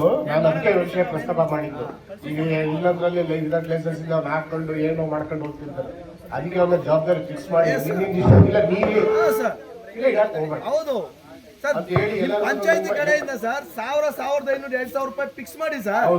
ಬಳ್ಳೂರು ಗ್ರಾಮ ಪಂಚಾಯತಿ ವ್ಯಾಪ್ತಿಯಲ್ಲಿ 2026-27ನ ಮೊದಲನೇ ಸಾಲಿನ ಗ್ರಾಮ ಸಭೆಯನ್ನ ಇವತ್ತು ನಾವು ದಾಸಂಪುರ, ಬಳ್ಳೂರು ಗ್ರಾಮ ಪಂಚಾಯತ್ ವ್ಯಾಪ್ತಿಯ ದಾಸಂಪುರದಲ್ಲಿ ಹಮ್ಮಿಕೊಂಡಿದ್ವಿ. ಏನು ಹಿಂದೆ ನಾನು ಉಪಾಧ್ಯಕ್ಷನಾಗಿ ಸದಸ್ಯನಾಗಿ ಕಾರ್ಯನಿರ್ವಹಿಸಿದ್ದೆ. ಜನರು ಕುಂದುಕೊರತೆಗಳನ್ನು ಆಲಿಸಲಿಕ್ಕೆ ಸುಮಾರು ಜನ ಸೇರಿದ್ರು. ಅವರ ಕುಂದುಕೊರತೆಗಳನ್ನು ಆಲಿಸಲಿಕ್ಕೆ, ಅವರಿಗೆ ಬೇಕಾದಂಥ ಸವಲತ್ತುಗಳನ್ನು ಕೊಡಿಸ್ಲಿಕ್ಕೆ ಒಬ್ಬ ಜನಪ್ರತಿನಿಧಿಯಾಗಿ ಹಿಂದೆ ಕೆಲಸ ಮಾಡಿದ್ದು, ಅದನ್ನ ಮುಂದುವರಿಸ್ಕೊಂಡು ಹೋಗೋ ನಿಟ್ಟಿನಲ್ಲಿ ಇವತ್ತು ಈ ಒಂದು ಸಭೆಯಲ್ಲಿ ಭಾಗವಹಿಸಿ ಏನೆಲ್ಲ ಜನರ ಸಮಸ್ಯೆಗಳಿದೆ ಆ ಸಮಸ್ಯೆಗಳ ಪರಿಹಾರ ಕಂಡುಕೊಂಡ ನಿಟ್ಟಿನಲ್ಲಿ ಇವತ್ತು ಗ್ರಾಮ ಸಭೆ ಯಶಸ್ವಿಯಾಗಿದೆ. ಅನೇಕ ಜನರ ತಮ್ಮ ಸಮಸ್ಯೆಗಳನ್ನು ಬಿಡಿಬಿಡಿಯಾಗಿ ಹೇಳ್ಕೊಂಡಿದ್ದಾರೆ. ಏನು ಆಡಳಿತಾಧಿಕಾರಿ ಇರ್ಬೋದು, ಅಥವಾ ಏನು ನಮ್ಮ ಕಂದಾಯ ಇಲಾಖೆಯವರು ಇರ್ಬೋದು, ಅಥವಾ ನಮ್ಮ KEB ಇಲಾಖೆಯವರು ಇರ್ಬೋದು, ಇನ್ನು ಅನೇಕ ಇಲಾಖೆಯವರಿಗೆ ಕೃಷಿ ಇಲಾಖೆ, ಇಂಥ ಇಲಾಖೆಗಳಲ್ಲಿ ಬರುವಂಥ ಒಂದು ಏನು ಸವಲತ್ತುಗಳನ್ನು ಅವರು ತಿಳಿಸ್ಕೊಟ್ಟಿದ್ದಾರೆ. ಅದನ್ನೆಲ್ಲ ರೈತರು ಕೃಷಿ ಇಲಾಖೆಯಿಂದ ಏನೆಲ್ಲ ಬರುತ್ತೆ ಅದನ್ನೆಲ್ಲ ಪಡ್ಕೊಳ್ಬೇಕು ಅಂತ ನಾನು ರೈತರಲ್ಲಿ ಮನವಿ ಮಾಡ್ತಾ, ಏನು JJ ಎಂಬುದು ಬಹಳ ಸಮಸ್ಯೆ ಇತ್ತು, ಅದನ್ನ ಸುದೀರ್ಘವಾಗಿ ಸುಮಾರು ಒಂದು ಗಂಟೆಗೂ ಹೆಚ್ಚು ಕಾಲ ಚರ್ಚೆ ಮಾಡಿದ್ದೀವಿ. ಅದನ್ನು ಸರಿಪಡಿಸ್ತೀವಿ ಅಂತೇಳಿ ಹೇಳಿದ್ದಾರೆ ನಮಗೆ. ಇದು ಯಾಕಂದರೆ ಒಂದು ಮಹತ್ವಾಕಾಂಕ್ಷೆ ಯೋಜನೆ ಇದು JJM. ಈ ಯೋಜನೆಯಡಿ ಮನೆ ಮನೆಗೆ ನೀರು ಬರ್ತಾ ಇದೆ, ಗರ್ ಜಲ್ ಅಂತ. ಇದು ನಮಗೆ ಭಾಳ ಸಮಸ್ಯೆ ಆಗ್ತಾ ಇದೆ. 5 ಊರಲ್ಲೂ 4 ಊರಲ್ಲಿ ಕೆಲಸ ಮುಗಿದಿದೆ, ಬೆಸ್ಕಾಂ ಅವ್ರ ಕೆಲಸ ಆಗಲಿಲ್ಲ. ಬಳ್ಳೂರಲ್ಲಿ ಓವರ್ ಟ್ಯಾಂಕ್ ಮುಗಿದಿದೆ, ಕಲೆಕ್ಷನ್ ಕೊಟ್ಟಿದ್ದಾರೆ, ಜಾಯಿಂಟ್ಗಳು ರಿಪೇರಿ ಮಾಡಲಿಕ್ಕೆ ಕಾಂಟ್ರಾಕ್ಟರ್ ಬರ್ತಿಲ್ಲ. 70% ಅಷ್ಟೇ ಕೆಲಸ ಮುಗಿದಿದೆ. ಈ ನಿಟ್ಟಿನಲ್ಲಿ ಕೆಲಸಗಳ ಬಗ್ಗೆ ಏನು ನಾವು ಗಮನಕ್ಕೆ ತಂದಾಗ ಅವರನ್ನ ಕೂಡಲೇ ಕರೆಸಿ ಈ ಒಂದು ಸಮಸ್ಯೆಗೆ ಇತ್ಯರ್ಥನ ಆಡ್ತೀನಿ ಅಂತ ನಾನು ನೋಟ್ ಆಗಬೇಕು, ಎಲ್ಲ ರೆಕಾರ್ಡ್ ಆಗಬೇಕು ಅಂತೇಳಿ ಮಾಧ್ಯಮಗಳ ಮುಂದೆ ಮಾತಾಡಿರೋವಂಥದ್ದು. PD ಅವರಿಗೆ ಎಚ್ಚರಿಕೆ ಕೊಟ್ಟು ಇದನ್ನು ನೋಟಿಫಿಕೇಶನ್ ಆಗಬೇಕು, ರೆಸಲ್ಯೂಷನ್ ಆಗಬೇಕು, ವರ್ಡ್ ಸಮೇತ ಬರೀಬೇಕು ಅಂತ ಹೇಳಿ ಮಾತಾಡಿರೋಂಥ ವಿಚಾರಗಳು. ಅನೇಕ ಸದಸ್ಯರು, ಅನೇಕ ನಾಗರಿಕರು ಮಾತಾಡಿದ್ದಾರೆ. ವೇದಿಕೆ ಮೇಲಿದ್ದಂಥ ಹಿರಿಯರು ಎಲ್ಲ ವಿಚಾರಗಳನ್ನ ತಿಳಿಸ್ಕೊಟ್ಟಿದ್ದಾರೆ. ಈ ಸಮಸ್ಯೆಗಳ ಏನು ಗ್ರಾಮ ಸಭೆ ಅಂತ ಮಾಡೋದೇ ಜನರಿಗೋಸ್ಕರ. ಆ ಜನರು ತಮ್ಮಲ್ಲಿರುವಂತಹ, ತಮ್ಮ ಊರಲ್ಲಿರುವಂತಹ, ತಮ್ಮ ವಾರ್ಡಲ್ಲಿರುವಂತಹ ಸಮಸ್ಯೆಗಳನ್ನು ಈ ಒಂದು ವೇದಿಕೆ ಮುಖಾಂತರ ಹಂಚ್ಕೊಂಡಾಗ ನಾನು 100% ಸಮಸ್ಯೆ ಕ್ಲಿಯರ್ ಆಗುತ್ತೆ ಅಂತ ಹೇಳಲಿಕ್ಕೆ ಬಯಸೋದಿಲ್ಲ. ಸಾಮಾನ್ಯವಾಗಿ ಯಾವುದೆಲ್ಲ ಎಮರ್ಜೆನ್ಸಿ ಕೆಲಸ ಇದೆ, ಯಾವುದೆಲ್ಲ ಇಮಿಡಿಯೇಟಾಗಿ ಕೆಲಸ ಆಗಬೇಕಂತ ಅಂಥದಕ್ಕೆ ಪರಿಹಾರವನ್ನು ಕೊಡ್ತಾ ಮುಂದೆ ಇನ್ನೊಂದು ಗ್ರಾಮ ಸಭೆಯಲ್ಲಿ ಇನ್ನೊಂದು ಸ್ವಲ್ಪ ಹೆಚ್ಚು ಕೆಲಸ ಮಾಡಲಿಕ್ಕೆ ಅನುವು ಮಾಡಿಕೊಟ್ಟಂಗಾಗುತ್ತೆ. ಆ ನಿಟ್ಟಿನಲ್ಲಿ 100ಕ್ಕೆ 100 ಸಾಧನೆ ಮಾಡದೆ ಒಂದು 70-80 ಭಾಗ ಆದರೂ ನಾವು ಜನರ ಒಂದು ಸಮಸ್ಯೆಗಳನ್ನು ಪರಿಹಾರ ಮಾಡಲಿಕ್ಕೆ ಸಮಯ ಕೊಟ್ಟು ಅಥವಾ PDO ಗಮನಕ್ಕೆ ತಂದು ಕೆಲಸ ಮಾಡಬೇಕಾಗುತ್ತೆ. ಈ ಒಂದು ನಿಟ್ಟಿನಲ್ಲಿ ಒಂದು ಗ್ರಾಮ ಸಭೆ ಯಶಸ್ವಿಯಾಗಿದೆ ಅಂತ ನಾನು ಹೇಳಿಕೆ ಬಯಸ್ತಾ ಇದ್ದೀನಿ. ಬಂದಿದ್ದಂಥ ಎಲ್ಲ ಅಧಿಕಾರಿಗಳಿಗೆ, PDO ಅವರಿಗೆ, ಆಡಳಿತಾಧಿಕಾರಿಗೆ, ನಿಮ್ಮೆಲ್ಲರ ವಾಹಿನಿ ಮುಖಾಂತರವಾಗಿ ನಾನು ಅಭಿನಂದನೆಗಳನ್ನು ಸಲ್ಲಿಸ್ತಾ ಇದ್ದೀನಿ. ಇನ್ನೂ ಹೆಚ್ಚು ಕೆಲಸ ಆಗಲಿ, ಇನ್ನೂ ಹೆಚ್ಚು ಗ್ರಾಮ ಸೌಕರ್ಯಗಳ ಬಗ್ಗೆ ಗಮನ ಕೊಡಲಿ ಅಂತ ವಿನಂತಿ ಮಾಡ್ಕೊಳ್ತಾ, ಹಾಗೆ ಏನು ಕಸದ ಸಮಸ್ಯೆ ಹೇಳಿದ್ರು ಅವರು, ಕಸದ ಸಮಸ್ಯೆನ ನಾನು ನಿಜವಾಗ್ಲೂ ಹೇಳ್ತಾ ಇದ್ದೀನಿ, ಕಸದ ಸಮಸ್ಯೆ ಸಂಪೂರ್ಣ ಆಗಲಿಲ್ಲ. ಕಸದ ಸಮಸ್ಯೆ ನನ್ನ ಪ್ರಕಾರ 50% ಕೂಡ ದಾಟಲಿಲ್ಲ. ಎಲ್ಲ ಅಂದರೆ ಎಸಿತಾ ಇದ್ದಾರೆ. ಸಾರ್ವಜನಿಕರಲ್ಲಿ ವಿನಂತಿ ಮಾಡ್ತೀನಿ, ದಯವಿಟ್ಟು ಯಾರೆಲ್ಲ ರೂಮ್ಗಳನ್ನು ಬಾಡಿಗೆ ರೂಮ್ ಕಟ್ಟಿದ್ದೀರ ಆ ಓನರ್ಗಳಿಗೆ ಹೇಳ್ತಾ ಇದ್ದೀನಿ, ದಯವಿಟ್ಟು ಕಸದ ಗಾಡಿ ಬರ್ತಾ ಇದೆ ಕೊಡಿ. ನಾವು ಎಲ್ಲಾ ರೀತಿ ಕಸವನ್ನು ತೆಗಿತಾ ಇದೀವಿ. ಒಣ ಕಸ ಇರ್ಬೋದು, ಡ್ರೈ ಕಸ ಇರ್ಬೋದು, ಹಸಿ ಕಸ ಇರ್ಬೋದು, ಎಲ್ಲಾ ರೀತಿಯಲ್ಲೂ ನಾವು ತೆಗಿತಾ ಇದೀವಿ. ರೆಡ್ ಕಸ, ಎಲ್ಲ ಕಸವನ್ನು ನಾವು ತೆಗೆದು ಬೇರ್ಪಡಿಸ್ತಾ ಇದೀವಿ. ದಯವಿಟ್ಟು ಗಾಡಿಗೆ ಕಸವನ್ನು ಕೊಡಿ, ಶುಚಿತ್ವವನ್ನು ಕಾಪಾಡಿ ಅಂತ ಹೇಳಿಕೆ ಬಯಸ್ತಾ ಇದ್ದೀನಿ. ಹಾಗೆ ಏನು ಕಸದ ಸಮಸ್ಯೆ PDO ಅವರು ಹೆಚ್ಚು ಗಮನ ಹರಿಸಿ ಈ ಒಂದು ಕಸದ ಸಮಸ್ಯೆಗೆ ಒಂದು ನಾಂದಿ ಆಡಬೇಕಂತ ನಿಮ್ಮ ವಾಹಿನಿ ಮುಖಾಂತರ ಕೇಳ್ಕೊಳ್ತಾ